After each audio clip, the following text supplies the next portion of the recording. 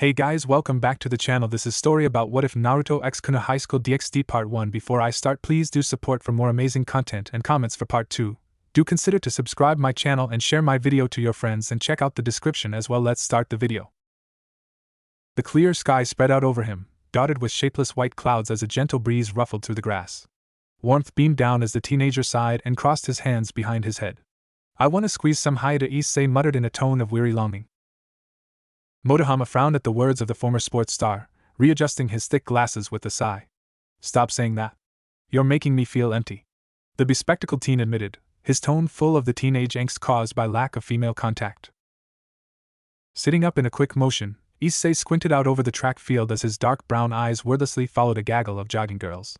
Matsuda, Motohama, why did we even enroll in this school? It had seemed like such a good idea back when the private school first announced they were going co-ed. But now Issei was feeling pretty stupid. A forlorn look crossed Matsuda's face as he rose alongside his brunette friend and tuned out Motohama's by-rote recitation of their former expectations in joining Ku Academy. Would it kill Motohama to stop goofing around? In short, we'll get a harem? Issei rolled his eyes and shoved his hands in his pockets as he stood. They weren't little kids anymore, so he couldn't keep pretending he'd become massively popular just because he got into high school. This might only be our first week here, but I really don't think that it's going to be any different than middle school. We'll just be the same losers. Matsuda sighed, covering his buzz-cut scalp like he could hide from the world. Stop trying to rain on the parade, Issei. You're going to make me depressed before I even get my first rejection. At least let me have my dreams until then. Girlish squeals cut over their conversation as a certain blonde student passed by, the air seeming to practically sparkle around him. Female students crowded around Kiba Yuto and pestered him with questions and invitations. Suppressing a frisson of annoyance, Yuto screwed on a twinkling smile and shut them down with a gentle "I'm sorry, but I have club activities right now. Thank you for inviting me, though. I'm really sorry." A trio of seething jealous gazes followed the blonde-haired, blue-eyed school idol as he strode off. Kiba Yuto. Class 1C and an idol to all the girls in the school, and an enemy of all boys, us included. Motohama growled lowly, making a dramatic fist. Kicking at a pebble, Issei hunched his shoulders tighter and scowled. Damn it! It's stupid how he's getting all the girls just because he's a little handsome, pretty smart, and good-natured. It's such an unfair world. Stop saying things like that, you're making me feel empty. Matsuda checked his watch before grinning suddenly and scooping up his school bag. It's almost time. Stay here and mope if you want, I've got places to be. Where are you going? Issei blinked in surprise, Motohama turning to study Matsuda with him. A significant lecherous smile was Matsuda's reply. Where do you think I'd be going in our lovely, once all-girls school? It's time to find some eye-candy fellas. They seriously hit me with their bamboo swords. Issei winced as he tried to rub away the stinging from the back of his head. Fixing his two so-called best friends with glares, the brunette gave it up for a lost cause and cradled his forehead in his palm. I wasn't even looking. I wouldn't complain if I had seen some at least. Unlucky for you, Issei. Motohama smirked as he polished his glasses on the hem of his shirt. You win some, you lose some, my friend. That's the way of the world. Fuck off. A faint creak drew Issei's attention, and he tuned out his sniggering friends as he craned his head up at the noise. Crimson streamers. Blue orbs. Haunting beauty stared down at him, and Issei could do little but gulp and press a hand over his suddenly racing heart. Sweat beaded on his palms. But just before the heat in his ears would have forced Issei to divert his attention to gain some semblance of self-control, the wondrous apparition vanished. A pale, delicate woman with the reddest hair he'd ever seen and deep blue eyes had leaned into his world for the shortest minute. She'd simply been enjoying the breeze as it stirred through blood-red strands, and he'd been instantly smitten. Without a word and barely a glance, she'd left him with shaking knees. Then she was gone, undoubtedly driven away by his wretchedness. What a cruel world. So there are people in the old schoolhouse after all. Matsuda's musing drew Issei from his mire of self-pity. I heard that the new owner was fixing it up, but I thought it was just bullshit. Breathing out longing and knowledge that some things were never meant to be, Issei fell back into old habits. That red hair is so nice.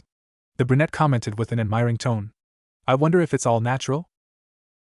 Rias Gremery. Motohama grinned as he focused through his glasses. Rumor says her family comes from Northern Europe. But I'd stay away if I were you.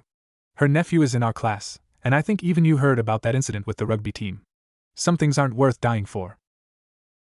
All three boys shivered, as if Naruto would jump out of the bushes at them screeching madly and swinging a bloody axe. "You're just a little human encyclopedia, aren't you?" Issei laughed awkwardly, trying desperately not to think about how Naruto Gremory would break him in half like he'd supposedly done to the rugby team coach. "Except your only talents seem to be memorizing facts about girls you have no chance with." Issei was in the same class as the red-haired boy, and while the other boy had always been polite, there was still a bit of dangerous air to him. Naruto Gremory wasn't someone he wanted to mess with. Better to not even think about Rias Gremory ever again. Black and white tangled on a field of contrast, lorded over by a handful of gleaming sinister red chess pieces. "That boy just now," Rias murmured as she carefully studied the chessboard, cradling her chin with dainty fingers. "Sorry?" Akino queried quizzically, sprawled on the opposite couch as she thumbed through an issue of some American music industry magazine that Rias didn't care to study too closely. Muscle cars and screamo were a little too vulgar for her tastes. "I mean the one in the middle," Rias clarified, considering all possibilities stretching over the constructed chess scenario before her absently. "There was something off about it, don't you think?" Rolling her eyes to the ceiling in thought, Akino bit her lip before nodding decisively. "He's in Class 1B. If I recall correctly, his name is Haidu." "What about him?" Violet orbs traced over Ria's pensive form as the servant redirected her sole attention to the Gremory noblewoman. "Never mind," Rias decided as she leaned ahead and pushed her white pawn into position. "I was probably just seeing things." Drawing back, she stood with an air of grace and pronounced her victory. "Checkmate." "Oh my," Akino muttered as she leaned forward, tracing her gaze over the board. "I expected that to take you at least twice as long. Now I'm a bit depressed." "It was an easy problem," the stripping Rias asserted confidently as she carefully slipped out of her school uniform, throwing it in the hamper and stepping into the clubhouse bathroom for a quick shower. "And I don't believe you." "I did raise the difficulty quite a bit, though," Akino defended, moving her eyes from the abandoned chess board to the open bathroom doorway. "Did you? I hope the next one will be harder," Rias called out as she stepped under the steaming spray. Even as she lathered up her milky flesh, the redhead found her thoughts returning again and again to that Haida boy. He was nothing special to look at, and from the little she'd seen he was likely as dumb as a post, but there was still something about him that spoke of barely contained power. "Perhaps Haida possesses a sacred gear?" Rias theorized, turning to let the hot shower wash the suds from the back of her shoulders. "Or maybe some latent non-human ancestry?" Akino took a moment to respond, before shouting back in a distracted tone. "It would best a good idea to keep an eye on him, I suppose. And just so you know, Sasuke just walked in." "And you're just telling me this now?" Rias screeched, embarrassed heat flooding her face. "Close the door, you degenerate. And give me some warning next time." Naruto resisted the urge to slam his face into his desk, squinting over at the clock that hung above the blackboard. He'd been counting down the minutes all day, waiting for the moment the last bell rang so that he could get the hell out of this torture chamber. Half an hour to go. Tearing the corner off his notebook, Naruto balled the little piece of paper up. After cautiously glancing up at the teacher who was seated at her desk, the redhead cranked his arm back and threw the little missile as hard as he could. Sasuke twitched when the paper ball hit him in the back of the head, the Uchiha sending a toxic glare over his shoulder at the cheeky Gremory heir before deliberately turning back to his schoolwork. Grinning at the dismissal, Naruto just crafted half a dozen more projectiles, aiming for the back of Sasuke's neck every time. He wondered if the bell would ring first, or if Sasuke would finally break down in a roaring fit in the middle of class.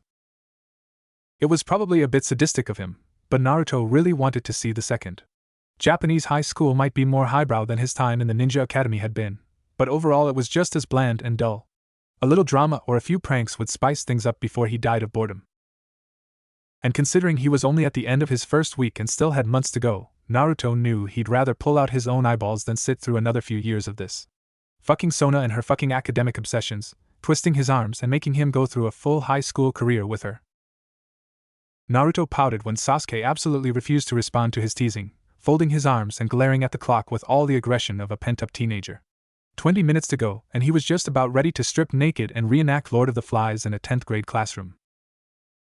"Hey, give this a shot," the boy seated between Naruto and the window whispered, and he briefly looked over. Haida handed Naruto a thick white brand new eraser that was still in its little cardboard jacket, and the devil in disguise leered back ferally. "You're not so bad," he complimented, scanning over the crowd of students and looking for a decent target. "So what if it was childish?" More than one of the kids in the room were adult non-humans in disguise and probably just as bored out of their skulls as he was.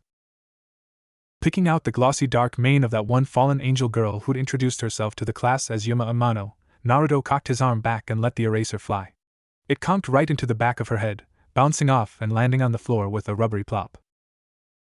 The look that Rainer sent back promised unmentionable horrors. Smirking back cheekily, Naruto waggled his eyebrows.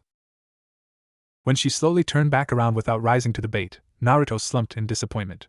Was it too much to ask for at least someone to do something entertaining? There might be only 15 minutes left, but he was so bored. A faint trickle of heat bloomed in his groin, and Naruto hunched over with a frown. This was no time for a boner, and even if it was, there was no reason in particular for his stiffy. It wasn't like he'd started having pervy thought. Damn teenage hormones. This second puberty was killing him. Reaching down carefully in an attempt to tuck himself carefully under the waistband to hide, Naruto recoiled with a shout when his fingers encountered not hard flesh, but a searing holy flame. His crotch was literally on fire. Gremory-san! The teacher crowed like a harpy as Naruto jumped to his feet and began to frantically pat at the flames. Damn it, why wouldn't they just go out? There were certain things that were never supposed to come near a man's junk, and fire was pretty fucking high the list. By the time the redhead finally managed to smother out the yellow-tinged blaze, it had burned a hole right through the front of his slacks to reveal his toad-patterned boxers. He croaked awkwardly, covering the hole with both hands to hide it from the wide-eyed stares of his classmates. It wasn't me? Shinomura-sensei descended with all the fury of a middle-aged spinster, clucking with rage and flapping her hands. In all my years I've never seen such hooliganism. Playing with fire in my classroom? Get out. I will be having words with the administrator, young man. Then the gray-haired matron chased him out in the hall, slamming the door behind the bewildered Gremory heir with a slam. The very last thing he saw before the door was closed was the victorious leer on Reiner's face. Oh, it was so on. Sasuke stepped into the newly formed Occult Research Club's private dorm with a heavy sense of relief. Finally, after enduring the hungry gazes of the female population of Koa Academy for a week, he'd get to have a few days of not being raped with their eyes. Where's the rest of them? He asked Kaneko, who was sprawled out on the couch mashing her thumbs against the buttons of her Game Boy. Who knows? The Nikomata mused, fully absorbed in leveling up her Magikarp. Naruto grew to level 12 was proudly displayed on her screen in blinking characters. Kaneko was in Class 1A with Valerie and Ravel, so she hadn't seen any other member of their scattered group since lunch break. Yudo said he would take in our applications to join the cooking club. Shucking off his black blazer and throwing it over the back of the empty couch, Sasuke couldn't help but grimace at the reminder of the blonde knight. As bad as he'd had it with all the airhead girls leering at him, at least they kept their distance. Yudo was so polite and friendly that he was getting ambushed every day. Truly, fangirls were the bane of man. You should probably save, Sasuke advised, rolling up his sleeves and switching gears as he crossed the Victorian-themed clubroom. There was a pair of crisp new folders perched on the corner of Ria's desk, and Sasuke knew without even opening it that they were full of contract seals. Unless you want to roam around town trying to work and play a retro Pokemon game at the same time. Kaneko huffed explosively, mashing a few buttons as she saved her progress before shoving the handheld console in her pocket. Let's get this over with, she muttered, rolling to her feet and stretching in a way that had the hem of her skirt rising dangerously high. Leaving the folder that Rias had elegantly scrawled Naruto's name across, Sasuke snatched up the other and folded it under his arm. Amber eyes glinted mischievously. The faster we do this, the faster we can do some grinding. I am not playing EverQuest again. Sasuke sighed with exasperation, pulling a sheaf of contract seals out and shoving them into Kaneko's hands.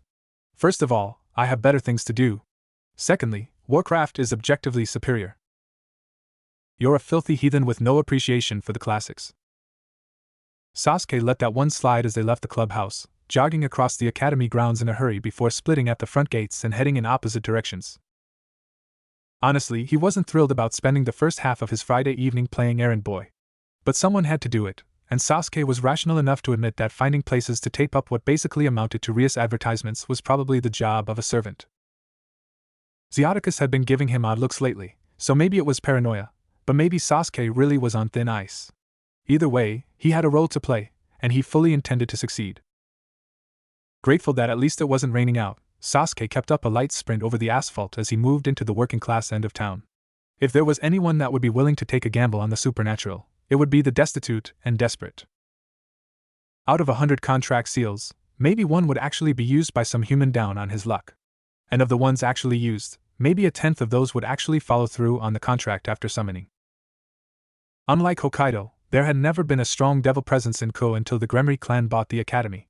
Cleria Belial had once formerly reigned in the town, but even then she'd never really done much to fortify her control. Building up their reputations through contracts would involve a lot of work for very little reward, but every revolution had to start somewhere. Sasuke just wished that start didn't have to be in a shit-covered bathroom in some run-down konbini. I'm home. Revel yawned, bracing herself against the wall as she kicked off her brown loafers. She could hear the quiet chatter of half a dozen voices and hoped she hadn't missed dinner by staying at the library for a few hours. It wasn't that the blonde couldn't afford to order some delivery food if she had, but no one wanted to pass up on Yuto's cooking. The blonde knight had become a veritable gourmet wizard over the past few years, meticulously experimenting with every dish until he truly mastered them. Padding over the dark hardwood floor in sock feet, Revel dropped her book bag outside the door to the kitchen.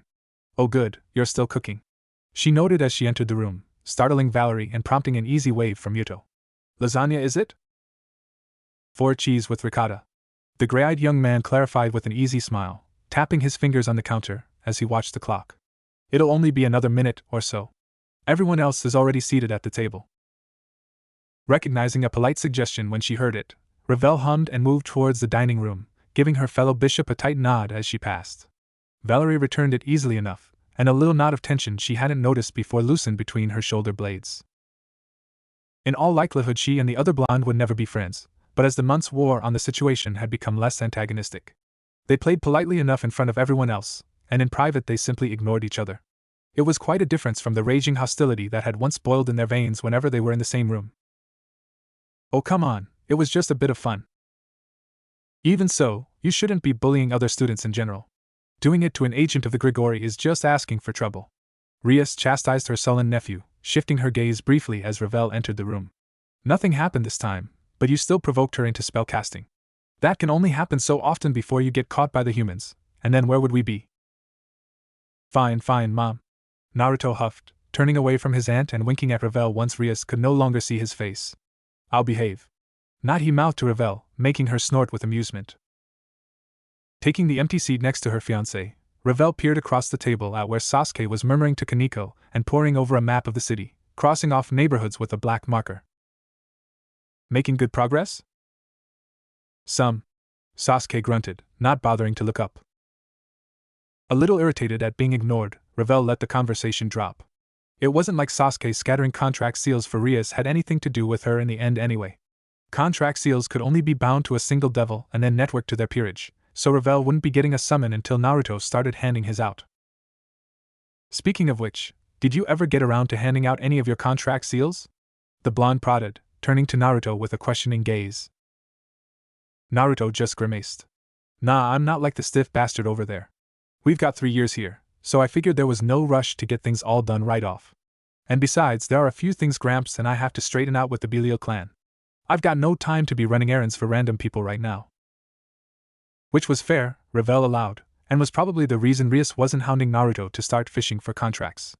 It was important to settle things with the Belial clan, even if it came at the cost of digging their claws into Ko.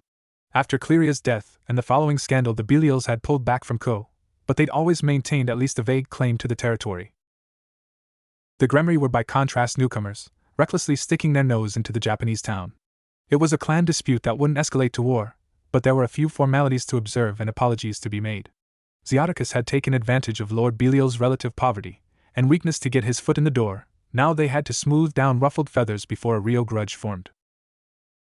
Wishing for once that her fiancé was further down in the line of succession and less caught up in Xiaticus' new power games, Revel took a pensive sip of water. I suppose Valerie and I could split them and spread them around for you. She volunteered reluctantly. Even if she'd rather not work with her rival, Revel could put aside that friction for the sake of increasing the grip Naruto's clan had on Ko. It would be better to spread their net as quickly as possible, before another clan, or worse, one of the Yukai factions, tried to cut in. Grinning sheepishly, Naruto awkwardly scratched the back of his head. Well, I won't say no, you'd be doing me a favor, but I figured I'd just try to bribe Rias into doing it. So don't feel like you have to jump up or anything. Revel cocked an eyebrow. Oh ho? Too good for a bit of honest work are you now, young master? I suppose I shouldn't be surprised. There are lots of people out there who get quite spoiled by a little bit of luxury. I don't want to hear that from you, little Miss Grilled Chicken. Smiling nastily, Ravel snaked her hand under the tablecloth and pinched the meaty part of Naruto's thigh with all the force her manicured nails could sustain. The redhead gave a low but satisfying hiss of pain. I meant Hellbird. The great and glorious Phoenix, who of course doesn't even compare to your magnificence. Ravel let the sarcasm slide, releasing her grip. But before she could pull back, Naruto startled her by grabbing her hand and threading their fingers together. The simple affectionate gesture made her cheeks warm, even though no one would think anything of it. Why would they? There'd been enough outright kisses to make handholding pretty damn tame. In the end, the bishop supposed she could just chalk it all up to the pleasure of having her affection vindicated. Naruto was still so conscious of boundaries, never doing anything too risque or pushing the boundaries too far, but at least he desired her now and admitted it. Which was what she'd originally wanted in the first place. I hope that no one has spoiled their appetite with sweet snacks, Yuto declared, sweeping in from the kitchen with a steaming hot dish of lasagna in his mid-clad hands. The blonde gave Kaneko a significant glare as she deliberately took another bite of her half-eaten biscuit. Because I expect you to clear your plate either way, so don't blame me if you eat so much you make yourself sick. It's like he thinks he's Gordon Ramsay, Naruto muttered under his breath. Gasper knuckled at the corner of his eye, trying to get rid of the dry, itchy feeling that came with going 2 days without any sleep. Once he was done editing Kaneko's latest Let's Play, he'd upload the video to YouTube and bundle up somewhere for a few hours. A sharp knock sounded at the door, followed by the creaking of steps as someone came down into the damper's basement lair, flicking on the lights and chasing away the darkness. Against his will, Gasper found himself squinting at the brightness. Hello? It's just me, Gasper, Yuto greeted, carrying a plate of still warm dinner over for the younger boy. The blonde had sprinkled a few drops of his own blood over the top as seasoning, not enough to sate a true bloodthirst but enough to please Gasper's vampirism. I brought you some lasagna. Mumbling out a quiet thanks, Gasper turned back to the screen and began rooting around under the desk. Eventually he found a half-empty bottle of Pocari Sweat. Maybe it had gone warm, but it would still wash down his dinner. Even if Yuto wanted to hover around clucking with disapproval at his nutrition choices. I'm almost done with Kaneko's vid. Did you want me to look over yours too? Gasper offered, cutting off a forkful of pasta and cheese and plopping it in his mouth. The rich taste of Yuto's cooking was so good the little bishop moaned internally. Inspecting the open video program on the screen, Yuto hummed in thought. Sure, if you don't mind, that is. His own cooking channel was only starting to get off the ground, and his videos were always better edited when Gasper looked over them for him. But the knight didn't want to take advantage of the damper. Gasper swallowed, taking a slurp of his sweet-flavored ion drink before shrugging one bony shoulder.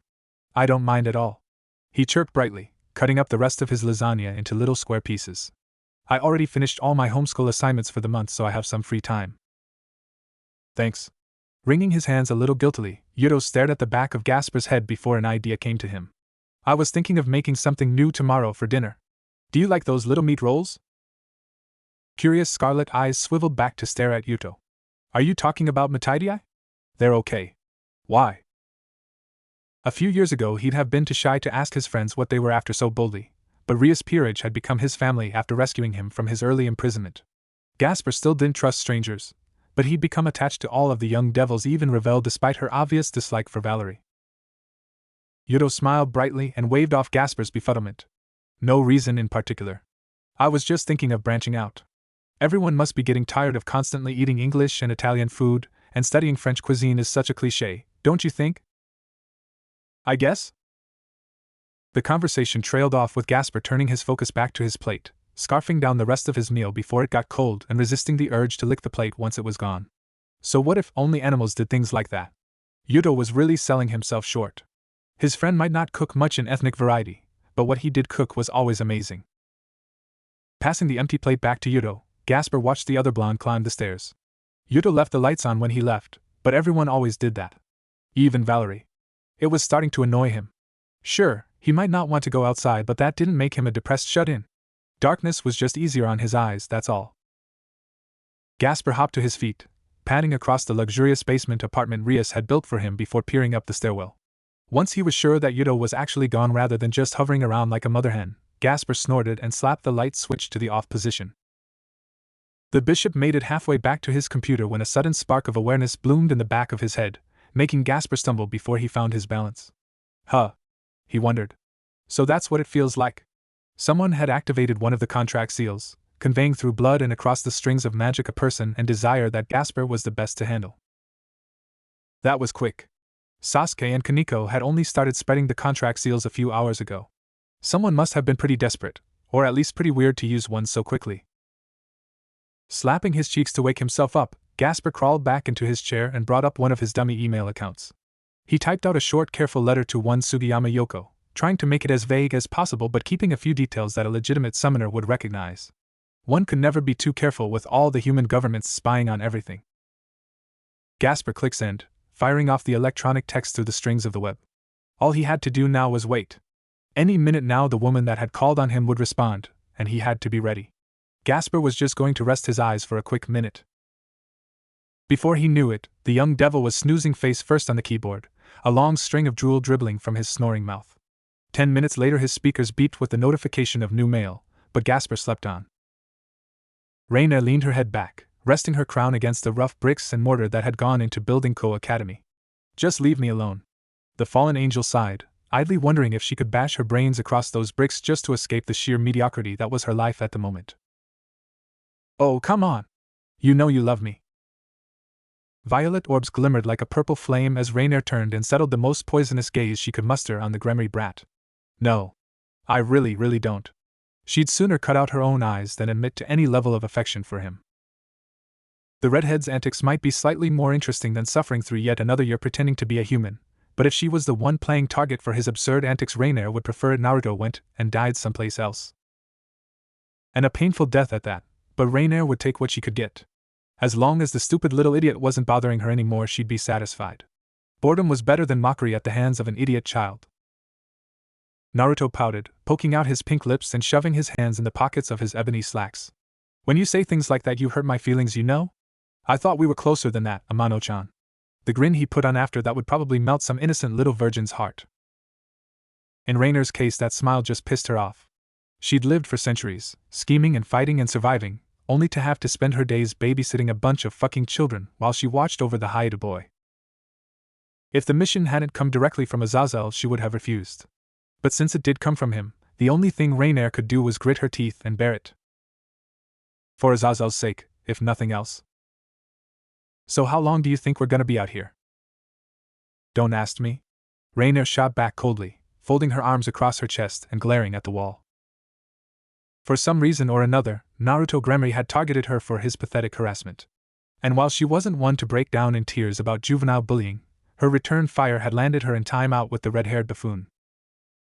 Considering her mission was to keep her head down and watch both Hayate Issei and the generation of devils infesting Ko Academy, Rainier couldn't help but sweat. She wouldn't be expelled this time, but if Naruto kept needling her, she wouldn't be able to keep quiet. And if she struck back, it might eventually lead to expulsion. And if she was expelled, Rainier would have to go before Lord Azazel and report that she couldn't even handle a simple mission like watching a handful of fucking children. The very idea of admitting to that kind of failure made her want to slit her own throat.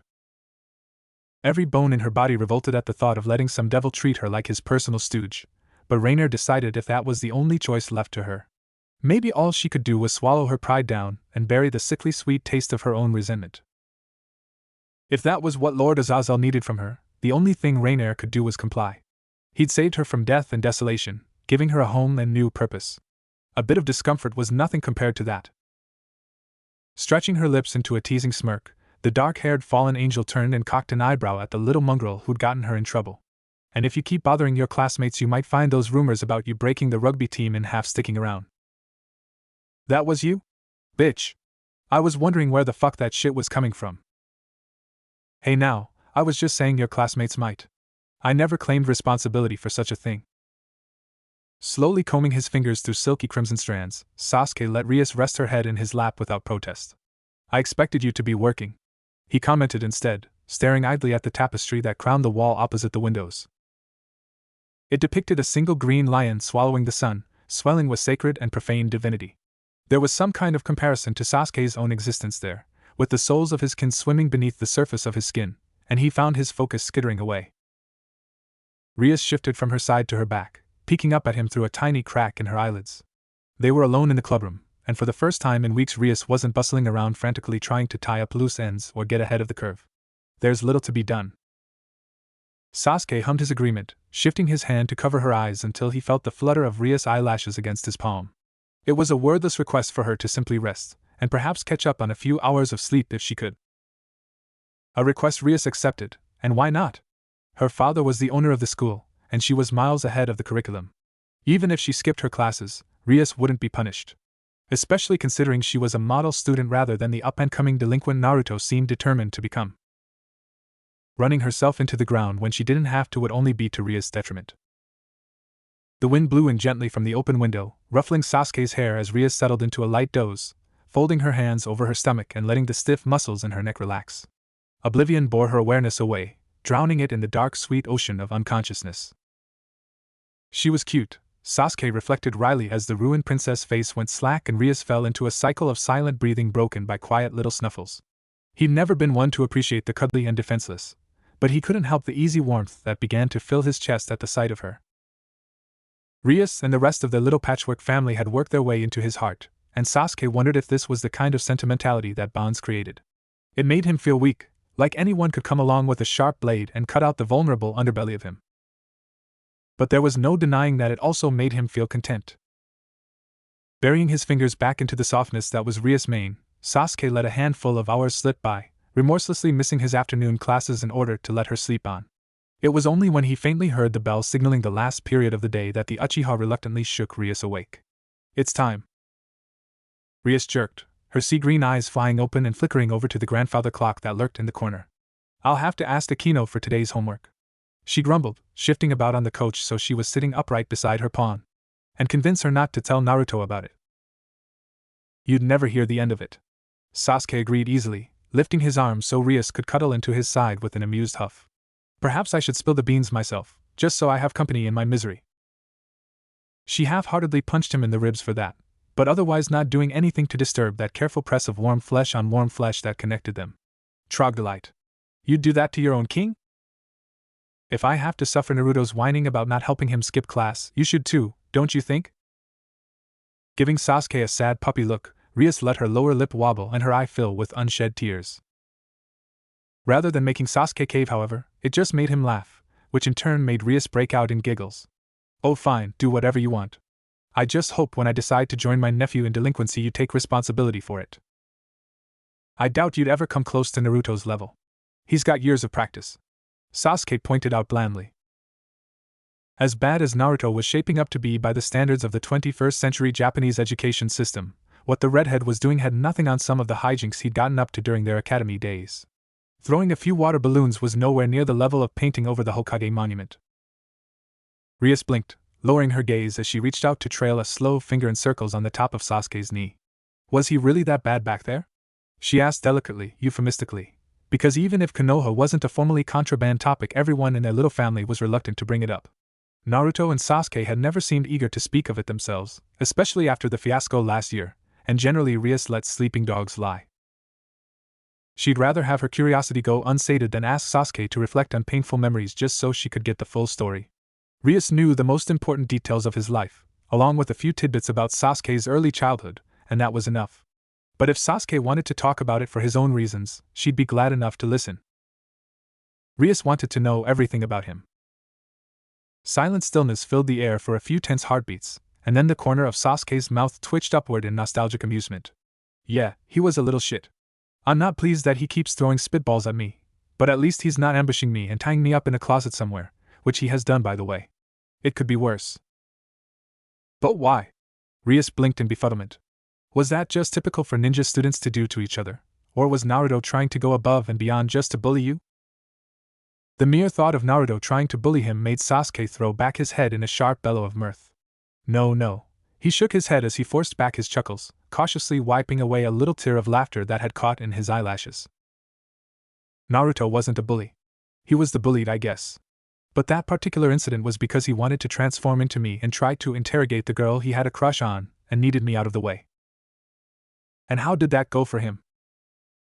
He drank some expired milk that morning and ended up shackled to the toilet, shitting his guts out before he could get anywhere. Rias snorted, easily able to picture her energetic and occasionally thoughtless nephew getting tripped up by his lack of attention to detail. That sounds like him. Pushing away the memory of the first time he'd broken Sakura's heart by rejecting her for looking down on a lonely orphan, Sasuke focused on the now and smiled instead. He was always swinging between totally incompetent and absurdly competent back then. One week he'd get away with painting a national monument in plain sight, and in the next he'd get caught up in his own traps and covered in rotten eggs. He was practically an idiot savant, I guess. Thinking about just how far Naruto had come, from being known as a lucky dunce in his first childhood to a born genius in the second, Rias realized that she still didn't really know him. She'd forgiven him for usurping her position as the heir to the clan, but that wasn't the same as actually bonding with him. What else was different then? She dared. Sasuke shifted his cold dark stare down to meet Ria's tentative teal, reflecting. He pushed back through the memories and heartache to a time when he and Naruto had still been lost children looking for something like home, and then the Uchiha began to speak. Words fell freely from his mouth as Sasuke explained the academy curriculum, how they trained until their fingers bled and calluses built up, and the pride they took in that. He described the classmates he could remember, from the lazy Shikamaru to the loud Ino and the quiet Hinata. He skipped only the complete isolation and subtle sabotage Naruto suffered, reasoning that it was his brother through time's tale to spin. Sasuke spoke and spoke, more in one sitting than he did in some days, until at the last the final bell of the day rang that signaled the end of classes. I should probably stop there. He cut off an anecdote about Irika's and Naruto's antics with a frown, glancing over at the clock. The disappointment in Ria's face was palpable, but she didn't protest, only giving his hand a reassuring squeeze before rising to her feet. If you head off to the kendo club you might beat Yuto there. She glossed over their talk effortlessly, letting sleeping dogs lie in a way that left Sasuke feeling thankful. Sometimes it was best to pick at the scabs of the past, to make sure that no poison had seeped in unnoticed. But it still hurt. And that fact that Rias knew when to push and when not to was proof she understood the heart of him. Alright, I'm heading out then, Sasuke murmured, standing with the lithe grace of a panther. If I see Akino I'll let her know that you're looking for her. Then without any hesitation Sasuke cupped her chin, tilted Ria's head back, and gave her a soft kiss. A soft squeak of surprise rose in the back of Ria's throat, but the shock passed and she responded eagerly. They were so cautious of the rumors that might start that Rias found herself half-starved and wanting at the best of times. She took everything she could get every time she could, kissing back so fiercely that Sasuke couldn't help but rise to the challenge. Sasuke settled one hand on Ria's upper back and the other on the curve of her hip, drawing her close and hating the thin cloth that prevented him from being able to feel the smoothness of her skin. His heart picked up speed, racing with electric desire as he kissed her deeper. Prodding at the seam of her lips until Rias yielded and opened her mouth, Sasuke aggressively tangled their tongues together in the way that always made her meal. I think I should be surprised, but I'm just not. Come on, Sasuke, what happened to bros before hoes? And just like that the moment was broken, Rias stumbling away with a burning pink face. Sasuke decided then and there that he didn't need to worry about any more spitballs in class, because by the end of the week he'll have killed Naruto. Issei winced as his mom's voice rose to a tinny shriek, distorted by the speaker of his cheap cell phone. Okay. I'll join something, he mumbled, tiredly rubbing at his forehead as his mother continued to rag on him. Yes, I'll do it by the end of the day. Yeah, okay. Bye, Ka-san. Flipping the slightly battered Panasonic mobile shut to end the call, Issei had the brief fantasy of snapping the little thing in half. He didn't have money to throw away getting a brand new model because he gave into his temper tantrum, but at least he'd be working some of his frustration out. Eventually the teen just exhaled gustily, shoving his phone in his pocket so he could rest his elbows on the green-painted walkway railing. I'm not gonna turn into a hikikomori, he complained moodily, staring across the lush academy lawn at a couple of cute girls. When the sight of pretty young women in school uniforms didn't make him feel any better, Issei knew he was in trouble. Kicking at the pavement with the toe of his shoe, Issei turned away from the girls and began to slowly amble his way back into the academy. Matsuda and Motohama were probably off somewhere trading the latest DVD of some eki anime, but he couldn't bring himself to care they were leaving him out. Damn it, why was this happening to him? Issei wasn't some muscle-headed jock, so why was his mom riding his ass so much to join one of the sports teams? It was probably some stupid fad she'd heard about from one of her housewife buddies, Issei reflected bitterly. In fact, it was probably that dumb old broad Sasaki-san filling his mom's head with nonsense about how sports would save her son from a lifetime of virginity. Honestly, just because he liked anime and was a bit socially awkward didn't mean that Issei was doomed to become a NET or a parasite single, or something. He might not be the sharpest knife in the drawer, but he wasn't that much of a failure. And if he was, Issei really doubted joining the baseball team would make a real man out of him.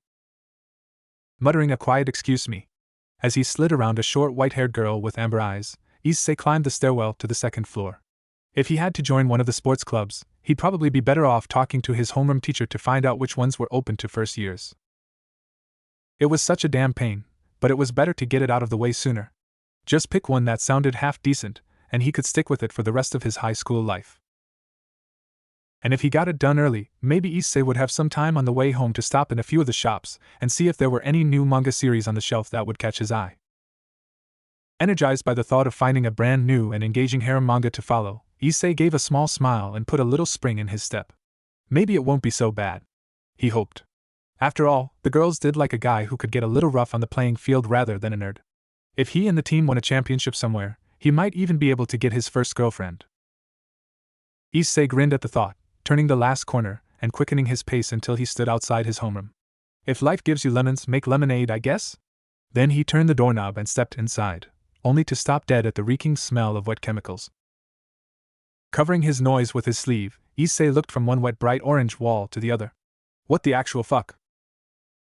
By the time Wednesday rolled around, Gasper was just about ready to call it quits.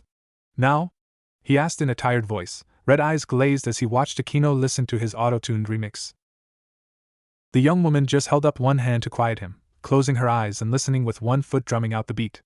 It's better, Akino answered, sounding rather frustrated herself.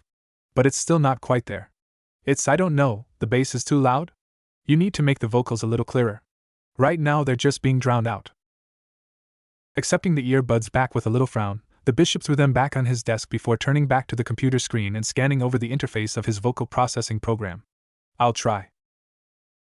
As the days passed and he struggled to create an interesting and unique track, Gasper started wishing he'd never accepted Sugiyama's stupid contract.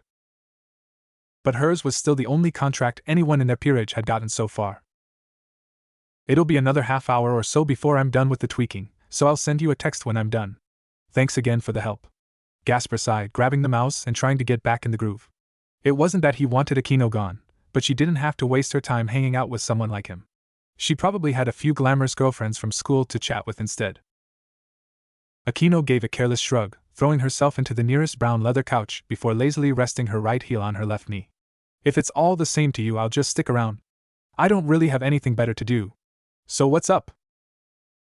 Keeping his focus on the computer screen so that she wouldn't see the pleased blush on his cheeks, Gasper tapped a happy little staccato on his desk before coughing awkwardly into his fist. Not a whole lot. Just trying to juggle working on the contract with learning JavaScript. What about you? Mostly brown-nosing, Akino replied in a disgusted tone, reaching back and untying her bright yellow ribbon so her hair could hang down loosely. Rias and Sona want everyone at school to have a good opinion of us, so we've been pretending to be nice little first years like our lives depend on it. Share homework notes, stick around and volunteer to clean up, listen to the gossip, that kind of thing. Hesitantly, Gasper threw a pained smile over his shoulder at her. That sounds fun. The delicate sarcasm almost flew over Akino's head, but she just barely caught it, blinking in amusement. Sure. It's oodles and oodles of fun. In fact, I've never been happier in my life. For years I've longed to be able to kiss human ass, knowing that for a few years I might be able to be popular with teenage girls. Gasper began to choke with hilarity, coughing as he accidentally swallowed a thick ball of spit. Oh. Let me guess, now that you're going to a human school you finally have a chance to reach all your dreams. Exactly, Akino exclaimed, pressing a hand over her heart. Oh Gasper, there's no one in this world that understands me the way you do. Let us run into the sunset together, holding hands and knowing that at the end of the road lies 2.5 children and a yard with a white picket fence. Don't forget the dog named Spot. Oh, I could never forget Spot. I'm just appalled you forgot Lassie. Pounding the desk with a fist as his face turned cherry red from lack of air, Gasper couldn't stop laughing until darkness started pushing in from the corners of his vision and he felt like he was going to pass out. Lassie! Enough. He wheezed, clicking the computer mouse in an effort to try to get back on task. Akino grinned wolfishly but let the damper return to work without any more fuss. It was easy to play a few rounds of Tetris on her mobile while Gasper worked away, but after a quarter of an hour the violet-eyed young woman found a question needling her relentlessly. Hey, if you're putting so much effort into making this remix, why don't you just cut out the middleman? If it's any good, you could make 10 times more selling it out as yourself, not to mention the fame you'd get. That's what I thought. Gasper moaned, roughly combing his bangs out of his eyes as he squinted at a particularly complex part of the track. But Ria said it's better to own an idol than it is to be one. If Sugiyama ever makes it big, we can use her fame to push whatever agenda we want. But if I was the one that made it big, I'd have to fake a death after a few years once people saw I wasn't aging. Shaking her head, Akino gave it up. The idea of some human taking credit for Gasper's work was a bit frustrating, but she could see her king's point. Not to mention there's the whole problem with having everyone think your natural face belongs to some dead internet celebrity. Exactly. It's just 100 times simpler to puppet some desperate human looking for a devil to make them famous. The clan doesn't need the money, and we get someone that will dance on the strings for 30 or 40 years if we want to push some social agenda or market some product. Which was a positively subversive and devious idea. A normal human would probably be indignant at the idea that their entire society was little more than a collection of competing consumer products markets by different supernatural factions. As a whole, it just tickled Akino's sadistic instinct and made her want to chuckle. But when she went to offer further snide commentary, Akino was interrupted by an almighty crash that echoed down from the floor above, raising hair on the back of her neck and setting her teeth on edge. "Hello? Anyone down there?" A very familiar and unwelcome voice bellowed down the stairs, accompanied by the pounding of feet and a certain eager muttering that made Akino want to carve her own eyes out with rusty spoons. No, no, no, no! Gasper's last desperate prayers went unheard, since Naruto burst into the basement apartment with a wide grin on his face and a greasy bag of McDonald's in one hand. "What's going on down here, kids? Surfing the web for German scat porn and cheap dildos?" Covering his eyes, Gasper hunched down and wailed like a babe in arms. "Don't let him get close to me." "No!" Akino screeched like a wild animal, slapping at her plush leather cushions and pointing one spindly finger at the intruding redhead. The half-breed's clear polished nail practically vibrated with repressed violence. "Get the fuck back to your clan work. I know you haven't even gotten close to settling all the shit with the Belial clan." But come on, Akino-chan. I'm bored of that stuffy bullshit. It's too much for me to handle without a relaxing few days off. Have you ever tried not being a faggot? I heard it helps greatly with maximizing productivity." "Fuck you, slut. Are you joking with me right now?"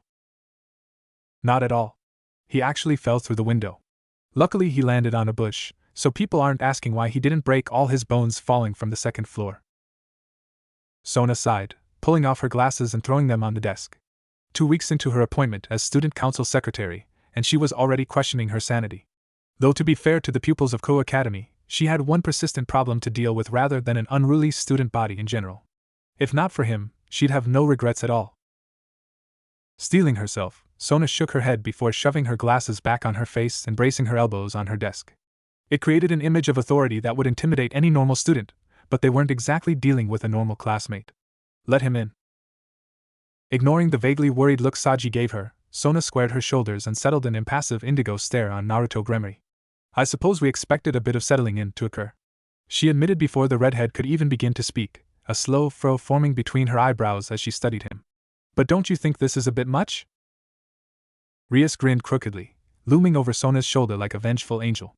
"I told you that you'd regret not giving him something to do," she reminded Sona with a mixture of malicious glee and fond exasperation in her voice.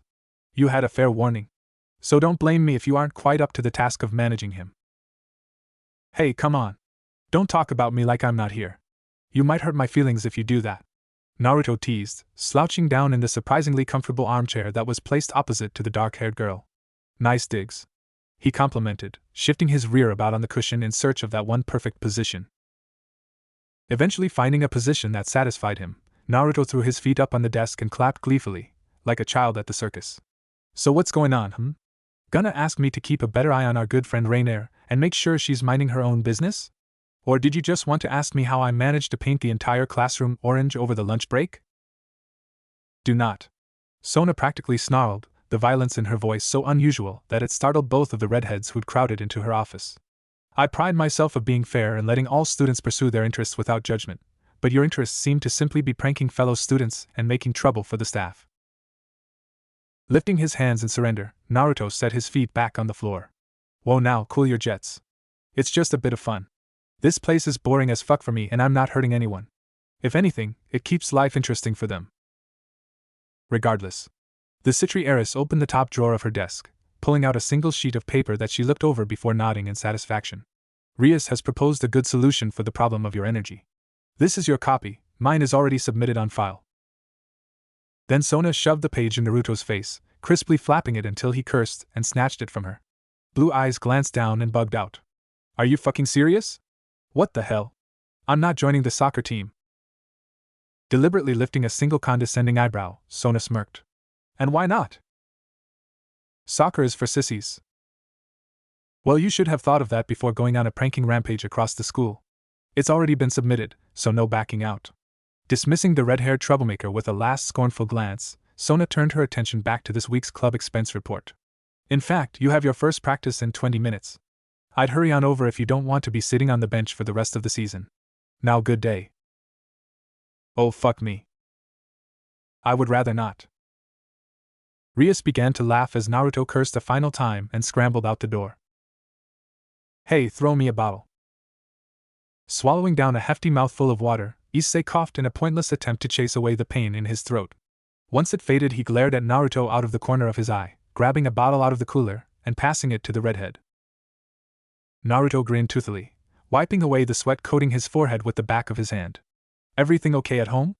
The question was a bit awkward, with Naruto looking away deliberately and taking a noisy sip of water. It wasn't like he was friends with Issei, it was just that he'd come to realize the well-meaning perv was the only person on the team that wanted to be around even less than Naruto did. They were bonding over their shared misery. Mom's happy, so it's fine. Issei sighed, pinching the front of his shirt and jerking it so it created a bit of a breeze to cool down his sweaty chest. The drills they were running were just killing him. Issei was going to die of heat stroke by the end of the hour, he just knew it. What about you? Same old, same old. Naruto shrugged, chugging down the rest of his water like he was dying of thirst in the desert. Rias hasn't been on my back for a few weeks, so it's all good. Oh, and we were thinking about putting in a steamed shower. Ever tried one out? Blinking at the sudden change in topic, Issei tried not to get whiplash and keep the instinctive jealousy off his face. Issei's family wasn't poor by any stretch, but they weren't rich either. It was hard not to envy the Gremory family's casual wealth. Yeah, a few times, but that was years and years ago at some public bathhouse. Damn. I never got a chance to use one myself. Long soaks in the bath were always more my thing. And Sasuke keeps looking at me like I'm a stupid fuck every time I ask him to describe it. I swear that I'm going to flush the toilet every time he gets in the shower for a week straight if he doesn't get his head out of his ass. It's kind of like a sauna, but not really. Issei offered unhelpfully, watching the other players work through a few team exercises. Then exactly what Naruto had implied sunk into his brain, and he choked on his water. Wait. He pounded his chest, wheezing wetly as he peered at the redhead with watery eyes. Are you saying you live with him? Yep. And you also live with your aunt? Well, it's not like we're short on space on anything. Naruto snorted. Everyone's got their own room. It's not like Yuto and Sasuke and me are all packed in some closet, like hot dogs in a package or something.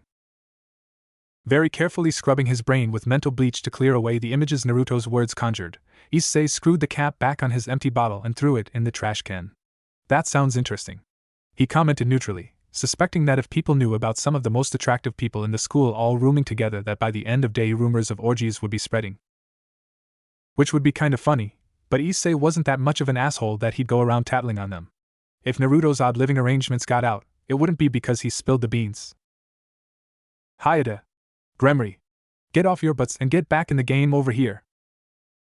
Rolling his eyes at the couch, Naruto grumbled under his breath and lurched back to his feet. Coming? Yeah. Rainier pinched the bridge of her nose, fighting back her pounding headache as she scanned over the tabulated results of the latest in a series of observation spells she was quietly casting on Hayate.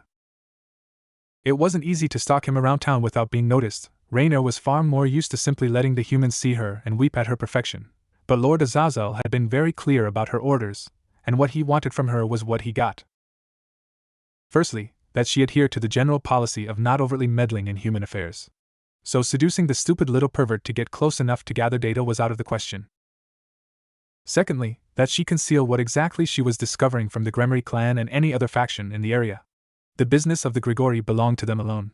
Not to mention that letting rival factions know what they were doing was in general strategically unwise. Thirdly, do whatever was needed to keep peace with Gehenna. even if it meant playing nice with a bunch of ignorant little brats, and the half-breed in particular. Easy peasy, at least in theory. In practice it was a trial in patience. Flipping to the next page, Rainier found her attention caught by a particularly unique pattern in the graph of Hayado's aura. To most the numbers and bars wouldn't mean anything at all, but Rainier was familiar enough with the study of sacred gears to clue in. Hayado was practically seething with draconic energy. Twice critical then? There's a bit too much power density for that, but I suppose it could just be one of those rare evolved ones. She noted clinically, jotting her observations in the margins of the report. Lord Azazel would probably never need her insight, but she hoped that he'd decide she had more than air between her ears. Rainier knew that he deserved better than the simpering morons that surrounded him. Someone who was truly dedicated to helping him achieve his goals by any means necessary. Someone Rainier knew could be her, if she was just given a chance. After all, who would want to spend their time making contracts with a bunch of shitty mortals or spying on mouth-breathing vampires when they could be the assistant of Lord Azazel himself? To be able to work with a man and actually experience firsthand his charisma and genius would be one of the greatest blessings anyone in the Grigori could achieve. Smirking slightly, Rainier took a peek at the last page of her weekly report before vanishing it with a sparkle of angelic teleportation magic. Another week down, and who even knew how many to go? Rainier just hoped they went by quickly, for the sake of her sanity if nothing else. Otherwise she'd given to the urge to start murdering the humans en masse, and bloodstains were such a bitch to get out. On the last evening in April, Valerie found herself trying out a new brand of shampoo. She wasn't quite sure if Naruto preferred the smell of lavender, but at least she wouldn't be using the same vanilla body wash Rias did. Variety was the spice of life and all that. Then the raging mental pull of a contract seal being activated hit her like a bullet train, startling the blonde so badly she slipped in the shower and ended up smashing the back of her head against the glass walls of the stall. Clutching at the crown of her skull, Valerie cursed every deity she could name from Odin to Amaterasu. So what if it was unladylike? There wasn't anyone lurking around in the bathroom to judge her. Though Naruto wouldn't be unwelcome, she mused before clenching her jaw and massaging away the pain. Why is it me? Valerie wondered sourly, briskly scrubbing her pale skin down so violently some of it turned a splotchy red. Let Ravel spend her time running around bowing and begging the humans.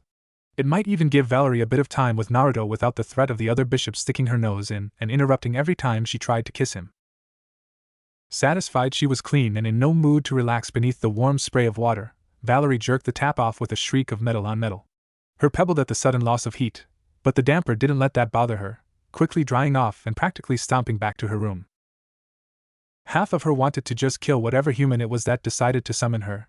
It wasn't even fair. Her love had just finished hammering out the last details with the Belial clan and passed out contract seal a few days ago, and Valerie was already being summoned for a contract.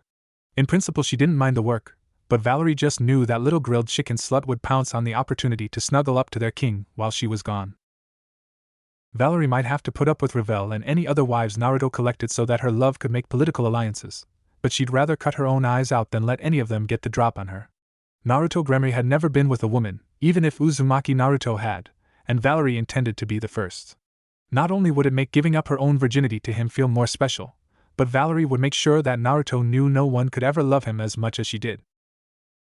Forcing the annoyance off her face, Valerie tried to smooth her expression into something welcoming, and she dressed in an orange hoodie and blue jeans at whirlwind speed.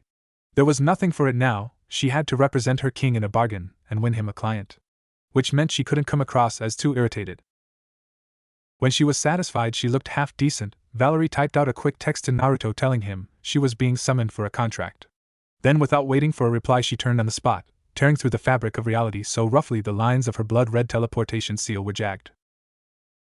Colors and sounds shifted, melding and twisting until Valerie found herself standing with her arms crossed in what looked like a bare concrete basement. Ah, hello Devil-sama. Valerie looked down at the balding middle-aged man kneeling at her feet, cocking a smooth blonde eyebrow at the expression of mixed fear and awe that he wore on his bearded face. The contract seal fed the information directly into her brain, and she knew she was dealing with Kurigane Sunio, a 45-year-old man with undetected prostate cancer. Hello mortal. She greeted cool as a cucumber even though she was inwardly panicking and wondering what exactly she should say. If she fucked this up Ravel would just give that smug little smirk of hers. I'm here to listen to the request you have for the House of Gremory. Now speak. Perfect. Just the right mixture of formality and intimidation. If she wasn't being watched at that very moment, Valerie would be jumping for joy. Ha! That would show that little grilled chicken, Valerie was nowhere near an uncouth commoner. Mopping at his shining forehead with the dark sleeve of his business suit, the brunette man practically wheezed with nervous desire. Well, I was hoping that I could get a cure for my wife. She has liver failure, you see, and the doctors say we can't do anything but wait for the end. I was ready to give up, but then I saw your contract in one of the old books at my office, and he was desperate, turning to fantasy and the occult when the realm of human science had failed him so completely. He was just the kind of man that a devil could make a contract with, knowing that there was no choice except to make a Faustian bargain.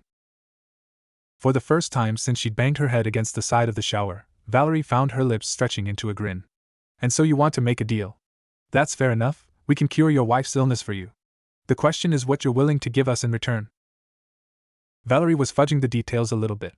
Technically speaking, it was possible for her to cure his wife's sickness with Sephiroth Graal, but she'd never actually consciously used her sacred gear before. If the human was willing to offer something that Naruto accepted, she was certainly willing to try, but until then her healing ability remained in the realm of the theoretical. Anything you want. You can have my soul even. Just as long as you heal my Aiko. Bargaining for souls is illegal now, Valerie noted, her scarlet gaze burning like an infernal flame in the dark shadows of the basement. But I'm sure that my lord can work something out. Once she got over her initial annoyance, Valerie was actually a bit satisfied at her contract. Unlike Ravel, she was proving herself to be truly useful and bringing her king an offer that would let him demand whatever he wanted from Sunio. Ravel might get a little bit of time to try to put the moves on Naruto, but Valerie was confident the younger girl wouldn't get anywhere in the time she was gone. Then Valerie teleported into Naruto's bedroom, proud as a peacock and ready to bring her contract to him for approval, only to find her blood boiling at the sight before her.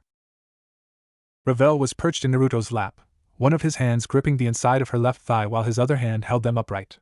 Both of Ravel's hands were cupping Naruto's face, lifting his chin so she could kiss him more deeply. It didn't take Valerie more than a second to guess that Ravel had her tongue in their king's mouth, aggressively demanding the affection that Naruto always seemed hesitant to give. Valerie hated that hesitance when she was kissing him, but she was glad for it now, because if Naruto had no shame then he'd probably be fucking Ravel on the floor this very second. Slut. Hello? Valerie greeted chirpily, grinning maliciously as Ravel gave a quiet shriek of embarrassment before tumbling out of Naruto's lap. Their king didn't do much better, his face flushing a deep cherry red as he stuttered and buttoned his shirt back up. Roughly clearing his throat, Naruto fumbled with the last pair of buttons at the bottom of his shirt before giving it up as a lost cause. Everything okay? He questioned, not daring to bring up the borderline sexual situation that Valerie had interrupted. Maybe Naruto was too shy to do it, or maybe he was just too sensitive to do so. In either case, Valerie was glad, because then she didn't have to discuss her feelings on the matter with him. She couldn't lie for shit to Naruto. I was summoned for a contract. Valerie offered up, threading her fingers together so she could project the image of a detached secretary. One of the humans wants us to cure his wife's liver failure, and he says he's willing to give us anything to do it. I thought the best thing to do was to bring the deal back to you so you could agree to it or not. Naruto's face contorted strangely, like he wasn't sure whether to be happy or if he wanted to be angry. It made him look odd, his eyes drawn into tense slits while Valerie waited patiently for him to agree to Sunio's bargain or not. I want to say go for it, he admitted slowly, clenching a fist anxiously. But I don't want you to use that. The existence of Sephiroth Graal hung over all of them like the sword of Damocles, eating away at Valerie's mind and barely kept at bay by constant doses of blood from the more powerful members of their household. The sacred gear was a fearsome, maddening existence, and Valerie quailed inwardly at the thought of actually willingly seeking it out. But she was afraid of uselessness more. Valerie wasn't under any illusions. She knew the chance of her becoming some heavy hitter without even touching her sacred gear was next to none, while Ravel and Naruto himself had access to famous genetic powers.